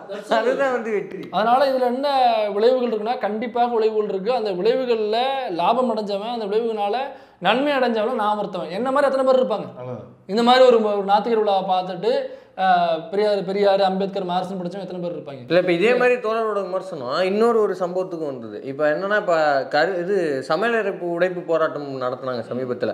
அதுக்குமே இதே மாதிரி விமர்சனம் தான். இவங்க இன்னைக்கு சமையலறை உடைப்பு போராட்டம்ங்கிறது பெரியார் அறிவிச்சது. இப்போ அவங்க கேட்குற கேள்வின்னா, இன்னைக்கு நாட்டில் உள்ள பிரச்சனைகள் என்னென்னலாம் போய்கிட்டு இருக்கு, அந்த பிரச்சனைகள் இருக்கும்போது இதை கான்சென்ட்ரேட் பண்ணணுமா அப்படிங்கிற ஒரு கேள்வியை வச்சுக்கிட்டே இருக்கிறாங்க. சமையலறை உடைப்பு கான்செப்டை பெரியார் பேசி 50 வருஷத்துக்கு அப்புறம் தான் லீ குவான் யூ கொண்டு வரான் Singapore Malaysia. Lee Kuan Yew ஸ்ட்ரைட்டா பேசுவாங்க. ஆனா அந்த நாடு எப்படி முன்னேறி பேச மாட்டாங்க. எவனும் அவர் வந்து பெரிய தலைவராயிட்டார். எப்படி தலைவரானாரு? எல்லாரும் உழைச்சாங்க, எல்லாரும் டைம் எடுத்து வேலை செஞ்சாங்க, கம்யூனிட்டி கிச்சன் வச்சாங்க. அதை எவனும் பேசுறதுக்கு இல்லை. ஆனா 50 வருஷத்துக்கு முன்னாடியே பெரியார் சொன்னாரு. அப்படி செஞ்சிருந்தா நம்ம இன்னும் சிங்கப்பூரோட பெட்டரா வந்திருக்கலாம். இன்னொன்னு அவர் எதுக்கப்புறம் சொல்றான்னு இருக்குல்ல, அவர் வந்து ருஷ்யாவுடைய பயணத்துக்கு போய் பார்த்துட்டு வந்ததுக்கு அப்புறம் தான் அதை பதிவு பண்றாரு இல்லையா. போயிட்டு இங்க பாரு அங்க எல்லாரும் வேலை பார்க்குறான், அங்க இதுக்கு போட்டு மெனக்கெடுறது இல்லை, நம்ம ஊர்ல இதை போட்டு மெனக்கெட்டு டைம் வேஸ்ட் பண்ணிட்டு இருக்கோம், ப்ரொடக்ஷன் வேஸ்ட் பண்ணிட்டு இருக்கோம், நம்ம இப்படி இருந்தோம்னா முன்னேற முடியாது, எல்லாம் வாங்க அப்படின்னு அவர் சொல்றாரு. வளர்க்கறதுல நேரத்தை செலவு பண்ணாத அப்படிங்கிறாரு. அதை விட இன்னும் சில தொடர்கள் வந்து எவ்வளவோ ஊருக்குள்ள ஜாதிய மனப்பான்மை வந்து இன்னமும் அப்டேட் ஆகி எங்கேயோ போய் கிடக்கு, ஜாதிய வக்கரங்கள் அதிகமாக போய் கிடக்கு, அதை விட்டுட்டு இந்த கடவுள் மறுப்போட இந்த பெரியார் நின்று விடுகிறார்கள் அப்படின்னு சில குற்றச்சாட்டுகள். இல்லை நான் தெளிவுபடுத்திக்கிறேன். இது நடத்துனது திராவிடர் விடுதலை கழகம், சரிங்களா? திராவிடர் விடுதலை கழகம் குளத்தூர்மணியின் தலைமையில் எத்தனை சாதி மறுப்பு திருமணங்கள் நடந்திருக்கு தெரியுமா? எவ்வளோ பெரிய கொலை முயற்சிகள்லேருந்து எத்தனை கப்புள்ஸை வந்து இவர் பிசி எஸ்சி எம்பிசி எஸ்சி இப்படி வந்து வெவ்வேறு சாதிகள்லேருந்து திருமணங்கள் பண்ணி எத்தனை ஜோடிகளை காப்பாற்றி வச்சு அதை குடும்பங்களாக ஆக்கிவிட்டு அவர்களுக்கு பாதுகாப்பு கொடுத்து இன்றைக்கி ஆலமரங்களாக விரிஞ்சு நிற்கிறதுங்கிறது அந்த கேள்வி கேட்குற யாருக்காவது தெரியுமா? குளத்தூர்மணி யாருன்னு தெரியுமா? விடுதலை ராஜேந்திரன் யாருன்னு தெரியுமா? கோவை ராமகிருஷ்ணன் எத்தனை கல்யாணம் பண்ணி வச்சிருக்காருன்னு தெரியுமா? ஏன் திடலில் எத்தனை கல்யாணம் வந்து கப்புள்ஸ் மேரேஜ் இந்த மாதிரி சாதி மறுப்பு திருமணங்கள் எவ்வளோ நடந்திருக்கு தெரியுமா? எத்தனை பேருக்கு பாதுகாப்பு கொடுத்துருக்காங்க தெரியுமா? இது எதுவுமே தெரியாது அவங்களுக்கு. தெரியாமல் ஈஸியாக கேள்வி கேட்குறது இருக்குல்ல, ஃபேஸ்புக்கில் உட்காந்துக்கிட்டு அப்படி கால் மேலே கால் போட்டுவிட்டு ஓகே இதை வந்து இப்படி கேள்வி கேட்டாக்கா ஓ இப்படி ஒரு கேள்வி இருக்குல்ல அப்படின்னு போட்டு போகிறது ஈஸி. எனக்கும் வந்து இங்கே உள்ள முற்போக்காளர்கள், இங்கே உள்ள பெரியார், அம்பேத்கர், மார்க்சிஸ்ட் சொல்லி கட்சி நடத்துகிற எல்லா தோழர்கள் மீதும் எல்லா தலைவர்கள் மீதும் என்னால் விமர்சனம் வைக்க முடியும். விமர்சனம் வைக்க தெரியும். நான் பெரிய அறிவாளின்னு நான் இங்கே புடுறதால இங்கே ஒன்றும் நடக்க போகிறது இல்லை இந்த உலகத்துக்கு. நான் பெரிய அறிவாளின்னு காமிச்சிக்கல எந்த சமூகத்துக்கு என்ன பயன் இருக்க போகுது? இந்த கேள்வினால சமூகத்துக்கு என்ன பயன் இருக்குன்னு பார்க்கணும். இந்த கேள்வி கேட்கறது நியாயம் இருக்குங்கிறது எனக்கு தெரியும். ஆனால் இந்த கேள்வியில் சமூகத்துக்கு ஏதாவது பயன் இருக்கா? இல்லை, ஒரு மண்ணாங்கட்டியும் இல்லை, தூக்கி குப்பலை போட்டு போங்கிறேன். சமூகத்துக்கு பயன் இருக்கான்னு பார்த்தா இந்த கேள்வி கேட்கணும். அப்போ அன்னைக்கு அந்த மீட்டிங்கில் அந்த பேரணிலாம் முடிச்சுட்டு கடைசியாக பொதுக்கூட்டம் நடந்துகிட்டு இருக்கும்போது எனக்கு முன்னாடி ரெண்டு ரோ தள்ளி முன்னாடி உட்காந்துருந்த ஒருத்தர் எதர்ச்சியாக அப்படி பார்த்துட்டு ஸ்ட்ரைக் ஆகி என்கிட்ட வந்து உட்காந்து பேசினார். அவங்க ஒய்ஃபு ஒரு குழந்தை தூக்கிட்டு வந்தாங்க. அந்த குழந்தைக்கு ஒரு 3-4 வயசு இருக்கலாம். 3 பேரும் பக்கத்தில் தோழர் எனக்கு தெரியுதான்னாரு. இல்லைங்க எனக்கு தெரியலைங்க அப்படின்னா. தோழர் என்ன தோழர் நீங்கள் தானே தோழர் சொல்லி எங்களை காப்பாற்றுனீங்க. நான் எப்பயும் உன்னைய காப்பாற்றினேன், என்னையே காப்பாற்றிக்க முடியாமல் நான் ஓடிக்கிட்டு இருக்கேன், நான் எப்பயும் உன்னைய காப்பாற்றினேன்னா அவர் ஒரு ஃப்ளாஷ்பேக் ஓப்பன் பண்ணுறாரு. அவருக்கு வந்து ஒரு ஒரு கொலை முயற்சி, ஒரு ஆணவ கொலை பண்ணுறதுக்கு அவரையும் அவருடைய மனைவியும், இப்போ மனைவி அப்போ வந்து காதலி, அவங்கள ஆணவ கொலை பண்ணுறதுக்கு ஒரு டீம் வந்து ஒரு டாடா சுமோ போட்டு ஆட்கள் முழுக்க ஏற்றிட்டு அறுவாட்களை தூக்கி போட்டு, ஆமாம் டாடா சுமோ போட்டுட்டு அந்த டைம் இல்லைண்ணா எப்படின்னாக்கா ஒரு கொரோனாக்கு முன்னாடி எடுத்து போட்டுட்டு நம்ம ஹரி படத்தில் வர்றது மாதிரி செல்லு அலைஞ்சிட்டு இருக்காங்க. அவங்கள 2 பேரையும் போட்டு தரணும், ஆணவ கொலை பண்ணணும்னு சொல்லிட்டு அதில் பிஸியாக அலைஞ்சிட்டு இருக்காங்க. அப்போ அந்த சமயத்தில் நம்மளோட சேனல்லாம் பார்க்க அப்படின்னா பிறகு நம்மளுடைய டிஸ்கிரிப்ஷனில் நம்பர் எடுத்துகிட்டு அதை எடுத்து நம்ம கால் பண்ணி இந்த மாதிரி இன்னும் தகவலை சொன்னாப்புல. சரி எங்கே இருக்கீங்கன்னு அப்படியா உடனே கிளம்புறேன் நாங்கெல்லாம் இருக்கிற வரைக்கும் லவ் சாகாதுடா அப்படின்னு சசிகுமார் மாதிரி கிளம்பிட்டு எங்கே இருங்கன்னா இந்த மாதிரி இந்த இடத்துல இருக்கேன் என்ன சொன்னாப்புல. நான் ஒன்று சொன்னேன், அங்கே இருங்க, யாருக்கும் எதுவும் தகவல் சொல்லாதீங்க அப்படின்னு சொல்லிட்டு மணியமுதனை கூப்பிட்டேன். அப்போ மணியமுதன் வந்து டிவிக்கில் இருந்தாப்புல, இப்போ வந்து தனி அமைப்பு வச்சிருக்காப்புல. அப்போ மணியமுதனை கூப்பிட்டு தோழர் இந்த மாதிரி பிரச்சனை அப்படின்னு சொன்ன உடனே தோழர் என் நம்பரை மட்டும் கொண்டுனாப்புல, நம்பரை அந்த மாதிரி ஒரு தோழர்கிட்ட பேசியிருக்கேன், நீங்கள் அவர் கால் பண்ணுங்கள், மற்றதை அவர் பார்த்து பாருன்னு சொன்னேன். அப்புறம் அவர் கால் பண்ணோடனே என்ன டீட்டெயில் இருந்தான்னு கேட்டு அப்புறம் அவங்கள கூப்பிட்டு சேஃப் கார்டு பண்ணி ஒரு இடத்துல இருக்க வச்சு திரும்ப அவருக்கு வந்து திருமணம் பண்ணி வச்சு மணியன் தலைமையில் தான் நடந்து நினைக்கிறேன் திருமணம் பண்ண வச்சு அப்புறம் அவங்கள வந்து எங்கேயோ ஒரு இடத்துல விட்டோம்னாக்கா திரும்ப வந்து ஆணவ கொலை பண்ணிவிடுவாங்க. அதுக்காக என்ன பண்ணாங்கனாக்கா தூக்கி கொண்டு போய் எங்கே வச்சாங்கனாக்கா மணியண்ணன் ஊர்லேயே கொண்டு போய் குடும்பம் வச்சு அப்போ அவங்க லிவிஷன் ஆகிட்டாங்க. அவங்க குழந்தை பிறந்துருச்சு. அந்த குழந்தைக்கு பேரும் மணியண்ணன் தான் பேர் வச்சாப்புல. அந்த குழந்தையினுடைய பேர் அமுதன். ஏன்னாக்கா அண்ணன் தான் பேர் வச்சிருக்காரு. அவங்களுடைய பொருளாதாரம் எல்லாம் அங்கே வேலைகள் எல்லாம் செட் ஆகிடுச்சு. அவங்க குடும்பம் கொடுத்தனமாக எல்லா பாதுகாப்படையும் இன்னைக்கு ஒரு குழந்தையோட மகிழ்ச்சியாக வாழ்ந்து கொண்டிருக்கிறார்கள். இது ஃபார் எக்ஸாம்பிள் நான் சொல்றது. இந்த மாதிரி டே பை டே அவர் ஒரு சம்பவத்தை செஞ்சுட்டு இருப்பாரு மணியண்ணன்.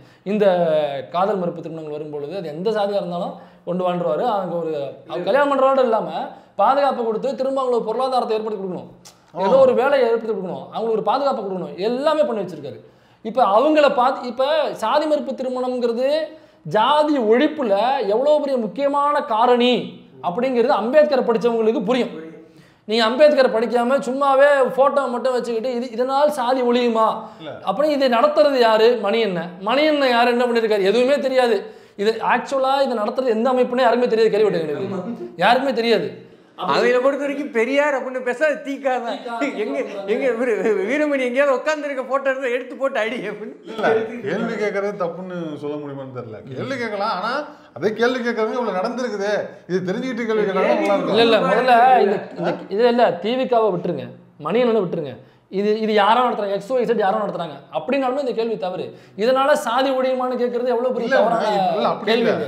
ஒண்ணு கேள்வி எந்த கேள்வி கேட்கலாம், ஆனா அவங்க என்ன செஞ்சிருக்காங்கன்னு தெரிஞ்சுக்கிட்டு இவ்வளவு செஞ்சிருக்காரு. இத்தனை வருஷமா மணியனுக்கு கிட்டத்தட்ட 50 வருஷம் எக்ஸ்பீரியன்ஸ் இருக்குது, அவரு எவ்வளவோ பண்ணிருக்காரு. அதெல்லாம் தெரிஞ்சுக்கிட்டு நீங்க கேள்வி கேட்டீங்கன்னா நீங்க கேள்வி கேட்க மாட்டீங்க. கேள்வி கேட்கறது தப்பு கிடையாது, பட் அவங்க என்ன செஞ்சிருக்காங்கன்னு தெரிஞ்சுக்கிட்டு கேள்வி கேட்கறதுல என்ன சிக்கல்னா அந்த கேள்வி யாருக்கு டூல் கிட்டா போகுது. ஏன்னா கேள்வியோட முடியறது இல்லை, அது ஒரு பிரச்சாரம்னா ஒரு நரேஷனா மாறும். அது யாரோட டூல் கிட்டா போகுதுன்னு இருக்குல்ல. ஏன்னா பெரியார் அமைப்புகளால பல ஆணவ கொலைகள் தடுக்கப்பட்டு பல பேர் ஆணவ கொலையிலிருந்து தப்பிச்சு உட்கார்ந்து இருக்கும் போது அதெல்லாம் கரெக்டா கேட்கணும்.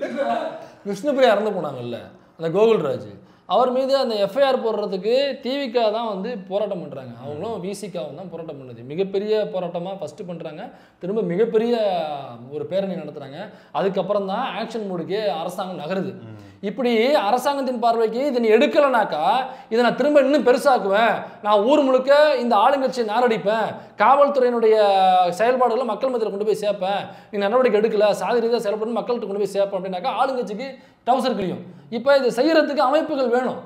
அப்போ அந்த அமைப்புகள் தான் இந்த அமைப்புகள். அதில் கோகுல்ராஜ் மேட்டரில் அண்ணனுடைய உழைப்பு வந்து பெரிய உழைப்பு, அவருடைய ஆர்ப்பாட்டங்கள் அமைப்பு வச்சு பண்ணது, போராட்டங்கள் பண்ணுதுன்னு சொல்லிட்டு இன்னைக்கு போராடுறதுக்கு ஆட்களை ரொம்ப ரொம்ப கம்மி இளைஞர்கள் வட்டாரத்தில். ஆனால் அந்த மனுஷன் வந்து இத்தனை வயசாக அவர் போட்டு களத்தில் வாழ்க்கையில் போராட விட்டாங்கடா. 3 வேளை சோறுங்கிறது பெரிய போராட்டம் இல்ல. இப்போ நீ சொல்றீல்ல, அதுக்கு காரணம் என்ன தெரியுமா? 8 மணிக்கு ஆனா இப்ப அந்த பிரச்சனை இல்ல. 8 மணிக்கு வரனா 7:30 மணிக்கு இன்னொருத்த வந்துடுறான். மக்கள் பூரா அப்பாயிலும் இப்படியா இருக்க 7:30 தம்பி, பெரும்பாலும் இப்போ 7:30க்கு பார்க்கலாம் சோறு திங்க மாட்டாங்க. மனசு விம்முது அவங்களுக்கு. எல்லாம் போராட விட்டாங்க. அவன் அந்த இஎம்ஐங்கிறான், இந்த இஎம்ஐங்கிறான். உண்மையிலே சொல்றேன், எவனுக்கும் நினைச்சு போற போகல இப்படில சாமி விட்டு போயிட்டு இருக்கிறாங்க. அந்த லெவல்ல இருக்கு. அப்ப இன்னும் ஒரு சில ஒருபடி மேல போய் இதை வந்து பெரியார் முன்னாடி பண்ணியிருக்கிறார் என்று நீங்கள் கூறலாம். ஆனால் பெரியார் பண்ணினார் என்றால் அது வேறு காலகட்டம். ஆனால் தற்பொழுது அந்த காலகட்டம் இல்லை. நீங்கள் ஏன் செய்கிறீர்கள்? ரொம்ப கிளியரா ஒரு பாயிண்ட்டை சொல்றேன். பெரியார் செய்யும் பொழுது ஏகப்பட்ட எதிர்ப்புகள் உண்டு. பெரியாருடைய குடியரசு இதில் வந்து பேன் பண்ணாங்க, வார இதில் வந்து பேன் பண்ணாங்க. எப்படின்னாக்கா பிஃபோர் இண்டிபெண்டன்ஸ் வந்து பேன் பண்ணாங்க. ஏன்னாக்கா கிறிஸ்தவ மதத்தில் எனக்கா அதே பர்சனை வந்து இன்னொரு இடத்துல கேள்வி வைக்கிறாங்க. அதே பர்சன் பர்சன் வேறு பர்சன் கூட இருக்கலாம். நீங்கள் இதை செய்கிற நீங்கள் கிறிஸ்தவ மதத்தை குறித்து அவங்களுடைய பிற்போக்குத்தனங்களை குறித்து நீங்கள் பேசுவீர்களா? இஸ்லாமிய மதம் குறித்து அதனுடைய பிற்போக்குத்தனங்கள் குறித்து உங்களால் பேச முடியுமா அப்படின்னு கேட்குறாங்க. ஒரே ஒன்று தெளிவுபடுத்துங்க. குடியரசு இதழ் வந்து பிஃபோர் இண்டிபெண்டன்ஸ் வார இதழ் அது வந்து பேன் செய்யப்படுது கவர்மெண்டால், பிரிட்டிஷ் கவர்மெண்டால். ஏன்னாக்கா இஸ்லாமிய மதத்தில் உள்ள மூடப்பழக்கங்களுக்கு எதிராக குடியரசுல எழுதுறாரு, பேன் பண்ணுறாங்க. அதே மாதிரி திரும்பவும் குடியரசு இதில் வந்து கேஸுக்கு உள்ளாகி அதை தடை செய்யணும்னு சொல்லிட்டு வழக்கு போகுது. யாருனாக்க இஸ்லாமியர்களால். ஏன்னாக்கா இஸ்லாமிய மதத்தில் உள்ள மூடநம்பிக்கைகள் குறித்து எழுதுறாரு, பேசுறாரு, இதை தடை பண்ணுங்க, என்னோட மனசை கட் பண்ணுன்னு அவங்க போறாங்க. அது மட்டும் இல்லை, டிவிகாவுக்கு போறாரு. இது பெரியார் பண்ணாரு, டிவிகாவுக்கு போறாரு. அந்த இடத்துல நான் ஒரு புக் சஜஷன் சொல்லியிருக்கேன். இப்போ வந்து விடுதலை வந்து பேப்பர் அதுவும் இலவசமாகவே கிடைக்குது. விடுதலைன்னு அடிச்சிங்கன்னா வரும். குடியரசு இதழுக்கு ஆமாம் வந்து சேர்றதா ஒரு நாள் லேட்டாக வரும். அன்னைக்கு மதியத்துமே வந்துடும். ஏன்னா குடியரசோட நூற்றாண்டுன்னு நினைக்கிறேன், இல்லை வழுந்த குடியரசு நூற்றாண்டு. அது வந்து குடியரசு கடந்து வந்த போராட்டங்கள் அப்படின்னு ஆசிரியர் கி வீரமணி அவர்கள் வந்து தொடர் கட்டுரை எழுதிட்டு இருக்கிறாரு. அது வாய்ப்பு இருக்கவங்க படிங்க, இலவசம் தான், அதை படிங்க. இன்னொன்று, நீங்கள் வந்து கிறிஸ்துவத்தை எழுதிட்டீங்களா, இஸ்லாமிய எழுதிட்டீங்களா அப்படின்னா இது கிறிஸ்துவும் கிருஷ்ணனும் ஒரு ஆய்வுன்னு நினைக்கிறேன், ஒரு புத்தகம். அதுவும் வந்து 60 ரூபா 50 ரூபாயில் கிடைக்குது. மொத்த புத்தகம், நல்ல ஆய்வு. அது வந்து இதுலேயே திடல்லையே விற்பனைக்கு இருக்குது, அதையும் வாங்கி படிச்சிருங்க. குரானோ குரான், பைபிளோ பைபிள் இருக்கு, அதுவும் இருக்குது, அதுவும் திடல்லையே அவைலபிள். இல்ல அப்படி நானே கேட்குறேன். அப்படி அந்த மதத்துல மூடநம்பிக்கை இருக்கா? நீ என்ன கேள்வி, நீ என்ன பண்ற? அதான் நான் கேட்கிறேன். இப்ப நீ பேசு, நான் இதை பேசுறேன், நீ அதை பேசு.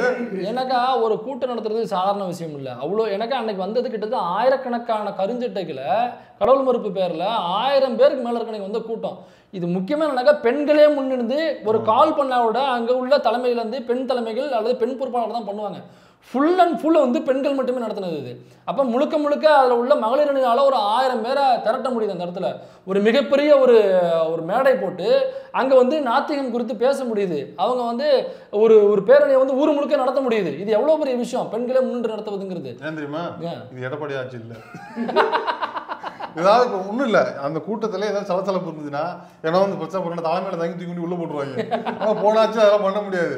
பல பேர்ட்ட கேட்கணும். எடப்பாடிக்கு போய் கேட்டோம்னா அவரே 3 பேர்ட்ட கேட்டது எஃப்ஐஆர் போடணும். அதான் ஆய்வாளர்கிட்ட தான் கேட்கணும். எதுக்கு எஃப்ஐஆர் போடுறது? அந்த ஆய்வாளர் எச்சராக தான் அந்த ஆய்வாளர் போராடுறது வந்து அப்புறதே வந்து ஆய்வாளர்களாக தான் இருக்கும். அவங்க வந்து பிரச்சனை பண்ணுற போராடுறது அப்புவாங்க. இப்போ இதில் வந்து ஃபரூக்னு சொல்லிட்டு ஒருத்தர் திமுகவில் இருந்தார். அவர் இஸ்லாமியர், ஆனால் பெரியாரிஸ்ட். அவர் இஸ்லாமிய மத அடிப்படைவாதம் எதையுமே வந்து அவர் ஃபாலோ பண்ண மாட்டார். இப்போ நான் பை பர்த் வந்து நான் ஒரு ரிலீஜனாக நான் ஒரு ஹிந்து பை சர்டிஃபிகேட். ஆனால் நான் வந்து இந்து மத முறைப்படி உள்ள எதையுமே நான் ஃபாலோ பண்ண மாட்டேன். கடவுள் கும்பிட மாட்டேன், கோயிலுக்கு போக மாட்டேன், மூடப்படக்கம் பண்ண மாட்டேன், நெற்றியில் குறியிடுவது எதுவுமே எனக்கு ஏன்னா நான் ஒரு கடவுள் மறுப்பாளர். அதே மாதிரி அவர் வந்து சர்டிஃபைடாக ஒரு இஸ்லாமியராக இருந்தாலும் அவர் கடவுள் மறுப்பாளர். அந்த அல்லாஹ் கடவுளை மறுத்தவர் அவர். இப்போ அவர் வந்து அவருடைய ஃபேஸ்புக்கில் இஸ்லாத்துக்கு எதிராக பேசுகிறாரு, எழுதுறாரு. திமுக கூட்டங்களில் இஸ்லாத்தில் உள்ள பிற்போக்குத்தனங்கள் குறித்து பேசுகிறாரு. இதனால கோபமடைந்த அந்த மதத்தில் உள்ள மத அடிப்படைவாதிகள் சிலர் திட்டமிட்டு அவரை வெட்டி கொள்றாங்க. நேரடியாக லிட்டரலாக மண்டையில் வெட்டி கொண்டாங்க, ரத்த வெள்ளத்தில் செத்தாப்புல. அப்போ இஸ்லாமியத்துக்கு எதிராக பேசுவதற்கும் இடம் உண்டாங்க, அதையும் பேசினாங்க. ஆனால் அதனுடைய விளைவுனால அந்த தோழரை இழந்திருக்காங்க. அந்த அளவுக்கு அந்த அமைப்பு வேலை செஞ்சுருக்கு. இழப்பு இல்லாமல் எதுவும் நடக்காது. அவ்வளோ இழப்புகளோடு அந்த அமைப்பு நின்றுருக்கு. ஈஸியாக வந்து இதை எழுதுவியா, அதை நீ நொட்டுவியா அப்படின்னு கேட்டு போயிடலாம். சரி, நீங்கள் திருப்பிட்டு கேட்டு நீங்கள் என்னப்பா நொட்டுறீங்க, நீ என்னப்பா புடுங்கணும்னு சொல்லி கேட்டால் என்ன பண்ணுவீங்க? அந்த ஐடியை லாக் அவுட் பண்ணிட்டு உங்களோட சாதனைகளை பட்டியல் இருக்க பாம் அப்படின்னா சொல்லி முடிஞ்சு போய் அன்ஃப்ரெண்டு. அவங்களோட அதிகபட்ச எதிர்ப்பு வந்து அன்ஃப்ரெண்டு. சில பேர்லாம் இருக்காங்க, எக்ஸ் அக்கௌண்ட்டோ இல்லை வந்து மெட்டா சர்வர் கிராஸ் ஆயிடுச்சுன்னு வச்சுங்களேன், அவங்களோட மொத்த போராட்ட வாழ்க்கையே இருக்காது. அப்படியா?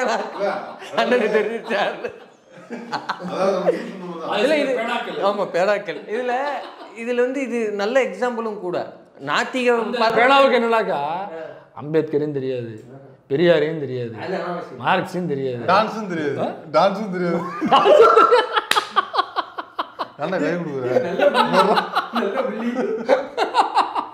அதான் சரியான போட்டி போச்சு. அதில் நான் வந்து ஐயா தான் ஜெயிச்சாரு. ஐயா அந்த பொருள் ஐயா தான் ஜெயிச்சாரு. ஸ்விம்மிங் பூல் 2 வயதுல ஸ்விம்மிங் பூல் டான்ஸ் போட்டால அது ஐயா விட்டு.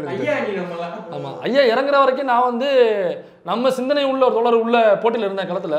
அவங்களுக்கு தான் நான் ஆதரவாக இருந்தேன். அப்புறம் ஐயா களத்தில் இறங்கினோடனே அந்த வயசுலேயும் அவ்வளோ திடகாத்திரமா, அவ்வளோ இந்துவா, அதில் உத்வேகமா என்ன சொன்னாங்களே, உத்வேகம் ஒரு இது சொன்னாங்களேடா, நல்ல வார்த்தை தெரியல. ஒரு பாய்ச்சல். இந்த வயதில் இந்த வேகமா, இந்த வயதில் இந்த வேகமா. அந்த டிவி சேனல் தம்ப்நெயில் போட்டது. அந்த வயதில் அந்த வேகத்துக்காக நம்ம துள்ளலா ஏதோ அந்த பரிசு நம்ம கொடுக்குறோம்ல.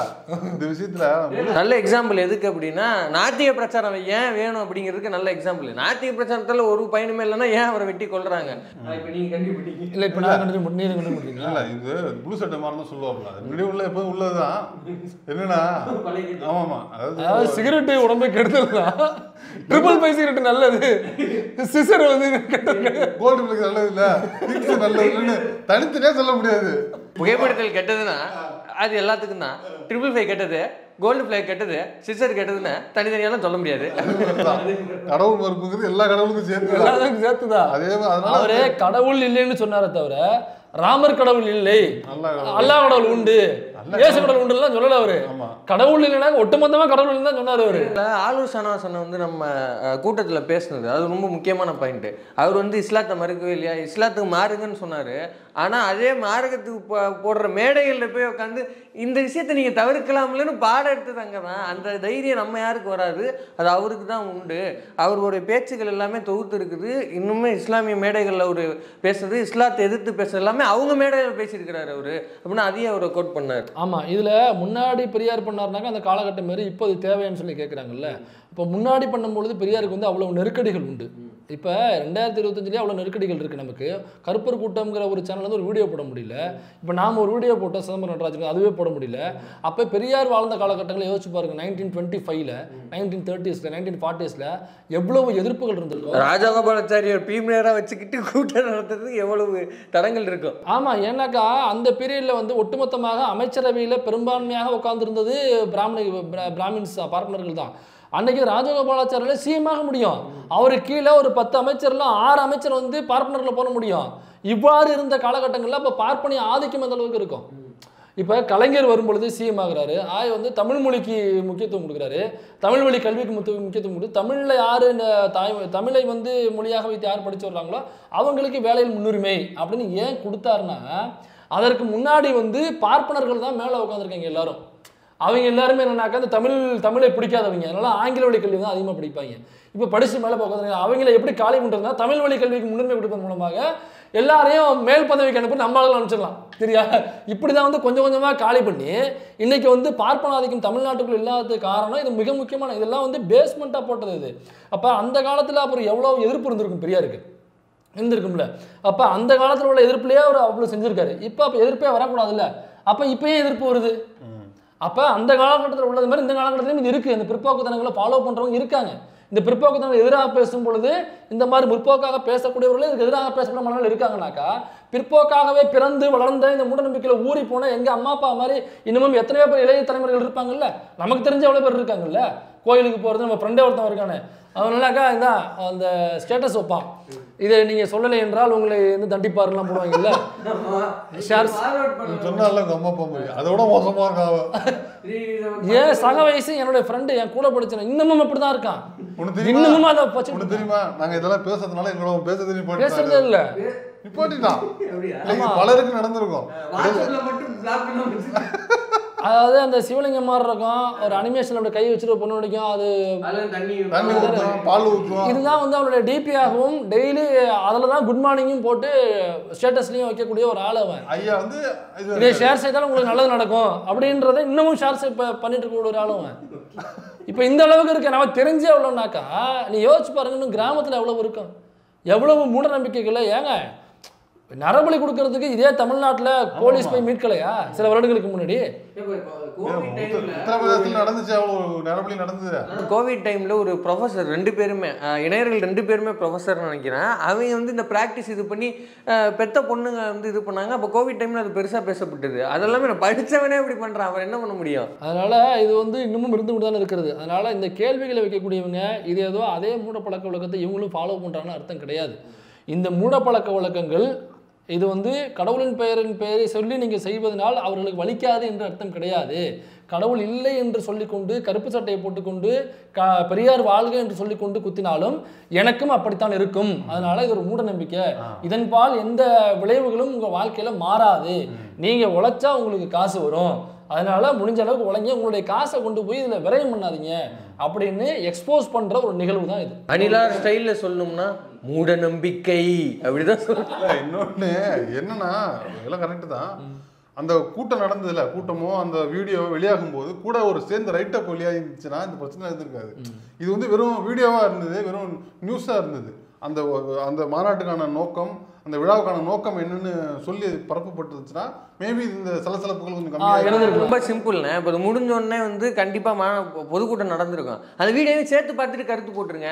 இல்லை நம்ம வைக்கிற ரெக்வஸ்ட் என்னன்னா அந்த வீடியோ மட்டும் இப்போ சங்கி மென்டாலிட்டி தான் போட்டுருக்கோம். ஒரு வீடியோ பார்த்தோன்னே அது என்ன எதுலாம் தெரியாது. உத்தரப்பிரதேசில் கோயில் இடித்தாலும் சே இந்த திராவிட மாடல் அரசு இருக்கேன்னு வாட்ஸ்அப்பில் எழுதிக்கிட்டு இருப்பான். அது குஜராத்தில் உடைக்கிறதுடா, அங்கே உங்கால் தாண்டாங்கன்னா அவனுக்கு தெரியாது. இப்போ அடுத்து பொதுக்கூட்டம் நடக்க போகுது, அதில் என்ன பேசுறாங்கன்னு கேட்டுட்டு நீ கருத்து கேட்டீங்கன்னா ஒன்றும் பிரச்சனை இல்லை. அண்ணன் சொன்ன மாதிரி தான், திருமணம் சொன்ன மாதிரி தான், நீங்க கேள்வி கேட்கறது யாருக்கு வலு சேர்க்கும் அப்படிங்கிறத தெரிஞ்சுக்கிட்டு கேளுங்க, அவ்வளவுதான் விஷயம். இல்லைன்னா அமைப்பா சேர்த்து படிக்க இல்லை. எனக்கு என்னன்னாக்கா இது காலகாலமாக நடந்துட்டு இருக்கக்கூடிய ஒரு விழா தான் இது, இந்த நாத்திக பிரச்சாரங்கள் அப்படிங்கிறது. இது அப்ப இவங்கெல்லாம் எதையுமே வாட்ச் பண்ணலன்னு நான் சொல்றேன். நான் இன்னொன்னு சொல்றேன், கேள்வி கேட்கறவங்க எல்லாரும் அவங்க வீட்டுல போய் இது பேச முடியுமா? அவங்க வீட்டுல எவ்வளவு பாலிடிக்ஸ் இருக்கும் சொந்த வீட்டுக்குள்ளே சொல்றேன், சொந்த வீட்டுக்குள்ளே நம்ம நினைச்சதெல்லாம் எல்லாமே நிறைவேறாது.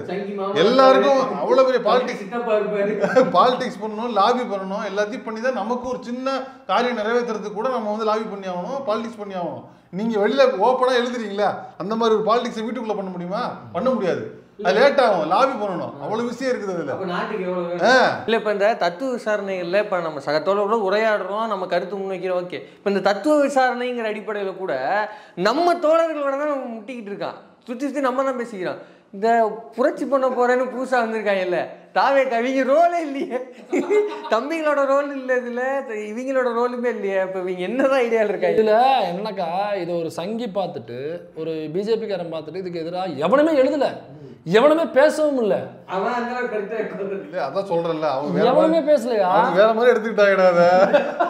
ஏதோ கருப்பூர் கோயில் ஒன்று இருக்கு போல இருக்கு, அங்கதான் செய்யறாங்க, அங்க போயிட்டு வந்துருவோம் ஒரு வாட்டி, அது எப்படியாவது வேண்டிக்கிட்டு போயிட்டு அந்த மாதிரி நினைச்சிட்டு இருந்திருப்பாங்க. ஆனால் அதான் இப்போ இது என்னன்னாக்கா, அதான் ஊருக்குள்ளே போகும்பொழுது அந்த பார்க்குற மக்கள் இருக்காங்களா, அவங்களுக்கு அங்கே போடுற கோஷங்கள் இது எல்லாம் தெரியும். இப்போ இதை யூடியூப்ல நான் ஃபுல்லாக டாக்குமெண்ட் பண்ணி வச்சிருக்கேன், ஆனால் அதை யூடியூப்ல பதிவேற்ற முடியாது. ஹார்ம்ஃபுல் டீட்டெயில் இது, அந்த குத்துறது போகிறது எல்லாமே டீட்டெயிலாக எடுத்து வச்சிருக்கோம். ஆனால் எதையுமே நம்ம போஸ்ட் பண்ண முடியாது. எடுத்து மட்டும் அதை போஸ்ட் பண்ணாக்கா ஒரு வேளை உங்களுக்கு தெரிஞ்சிருக்கலாம். டாக்குமெண்ட்ரியா பண்ணாலும் நம்ம எதில் போஸ்ட் பண்ணுவோம், எதில் போட்டாலுமே அது சிக்கலாகும். அதனால் இது காலங்காலமாக நடக்கக்கூடியது தான். இது வந்து பிற்போக்குத்தனங்களையும் மூட நம்பிக்கைகளையும் மக்களுக்கு தோலுரித்து காட்டும் ஒரு நிகழ்வு. எப்படி சூரிய கிரகணம்ங்கிறத பொய்ன்னு நிரூபிக்கிறதுக்காக கர்ப்பிணி பெண்ணையே தீக்காவிலேருந்து வர வைப்பாங்க, ஆசிரியர் உட்காந்துருப்பாரு, அவங்கள சாப்பிட வைப்பாங்க, கிரகண நேரத்தப்போ சாப்பிட வைப்பாங்க. அப்புறம் கல்யாணம் நடக்கும் பொழுது அப்புறம் அந்த குழந்தைக்கு வந்து பெற்றோடனே திரும்ப அந்த குழந்தைய வச்சு சொல்லுவாங்க, இந்த குழந்தைய நம்ம பண்ணோம் பாருங்கள், குழந்தை ஆரோக்கியமாக இருக்குது, எந்த இதுவும் இல்லை, அது ஒரு ஃபேக்கு, அது மூட நம்பிக்கை அப்படின்னு சொல்லுவாங்க. அதே மாதிரி கல்யாணம் பண்ணும் பொழுது தாலி கட்டுறது, ஆமா, இந்த ராகுகாலம் யமகண்டம் சொல்லுவாங்க, கெட்ட நேரத்துல தாலி கட்டுறது ஒரு எதிர்ப்பு தான். ராகுகாலம் யமகண்டத்தில் வந்து தாலி கட்ட வைக்கிறது, சுயமர திருமணங்கள் பண்ணுறது அப்படிங்கிறது இதனால ஒன்றும் இல்லை அப்படின்னு புரிய வைக்கிறது. அப்புறம் ஜோசியம் ஜாதகம் இதை பற்றி நிறைய கான்க்ளூஸ் போடுறது, அதை பற்றி பேசுறது, புரிய வைக்கிறது. அந்த மாதிரி தான் வந்து இதுவும் ஒரு லைவ் எக்ஸ்பீரியன்ஸாக அவங்களுக்கு காமிச்சு, இல்லை இங்கே பாருங்கள், கடவுள் இல்லைன்னு சொன்னாலும் எங்களுக்கு வலிக்காது, கடவுள் இருக்குன்னு சொல்கிறது மட்டும் தான் வழியில் நினைக்கிறீங்களா, அப்படி கிடையாது அப்படின்னு அவங்க லைவான காமிக்கிறோம். லைவ் எக்ஸ்பெரிமெண்டல் தான் அது. தவிர அதை அப்படியே நம்ம அந்த மூட நம்பிக்கை ஃபாலோ பண்ணுறோம் அப்படிங்கிறது கிடையாது. அதனால் இதை புரிய வைக்கிறது ஒரு 1.5 மணி நேரம் வீடியோ போட வைக்கிறது, அதுவும் நம்ம ஆட்களுக்கு புரிய வைக்கிறதுக்கே போட வைக்கிறோம்னாக்கா இல்லை நமக்கு வேலை அதிகமாக இருக்குன்னு நான் சொல்ல வரேன். அப்போ இதை புரியாதவங்க இருப்பாங்களா, மூட நம்பிக்கையிலே பிறந்து வளர்ந்து வாழ்ந்தவங்க இருப்பாங்கல்ல, அவங்களுக்கு நீ எப்படி புரிய வைப்பேன்னு நான் கேட்குறேன். இதை எப்படி அவங்க ரிசீவ் பண்ணுவாங்க, அவங்க எப்படி புரிய வைக்கிறது? அப்போ இன்னும் ஆழ்ந்து செயல்பட வேண்டிய காலகட்டம் நண்பா இது. 1.5 மணி நேரம் போடணும், பல 1.5 மணி நேரம் வரணும். சரி, ஓகே. அதான் இந்த வீடியோட நோக்கம் தான். இது நம்ம தோழர்களுக்கு புரிய வைக்க வேண்டும் என்பது நம்ம நோக்கம். புரிஞ்சிருக்குன்னு நினைக்கிறேன். ஆனால் கண்டிப்பாக அந்த மீட்டிங்கில் ஒரு 10 பேராவது தட்டில் காசு போட நம்ம தடுத்திருப்போம், சோத்தில் மண்ணில் வச்சிருப்போம். அது வந்து தொடர்ந்து இந்த பக்கம் வருவதற்கு அவங்களுக்கான ஒரு பாதையாக இருந்திருக்கும். அது அவ்வளோதான் நம்மளுடைய வேலை. அத்தனை 1000 பேர் கூடதுக்கு காரணம் ஒரு 10 பேர் அங்கே எடுக்கிறதுக்கு தான். அது கண்டிப்பாக அந்த வேலையை செஞ்சுருக்கோம். அதை பொறுத்த வரைக்கும் அந்த மீட்டிங் வந்து சக்ஸஸ் மீட்டிங் தான். நன்றி, வணக்கம். நன்றி, வணக்கம்.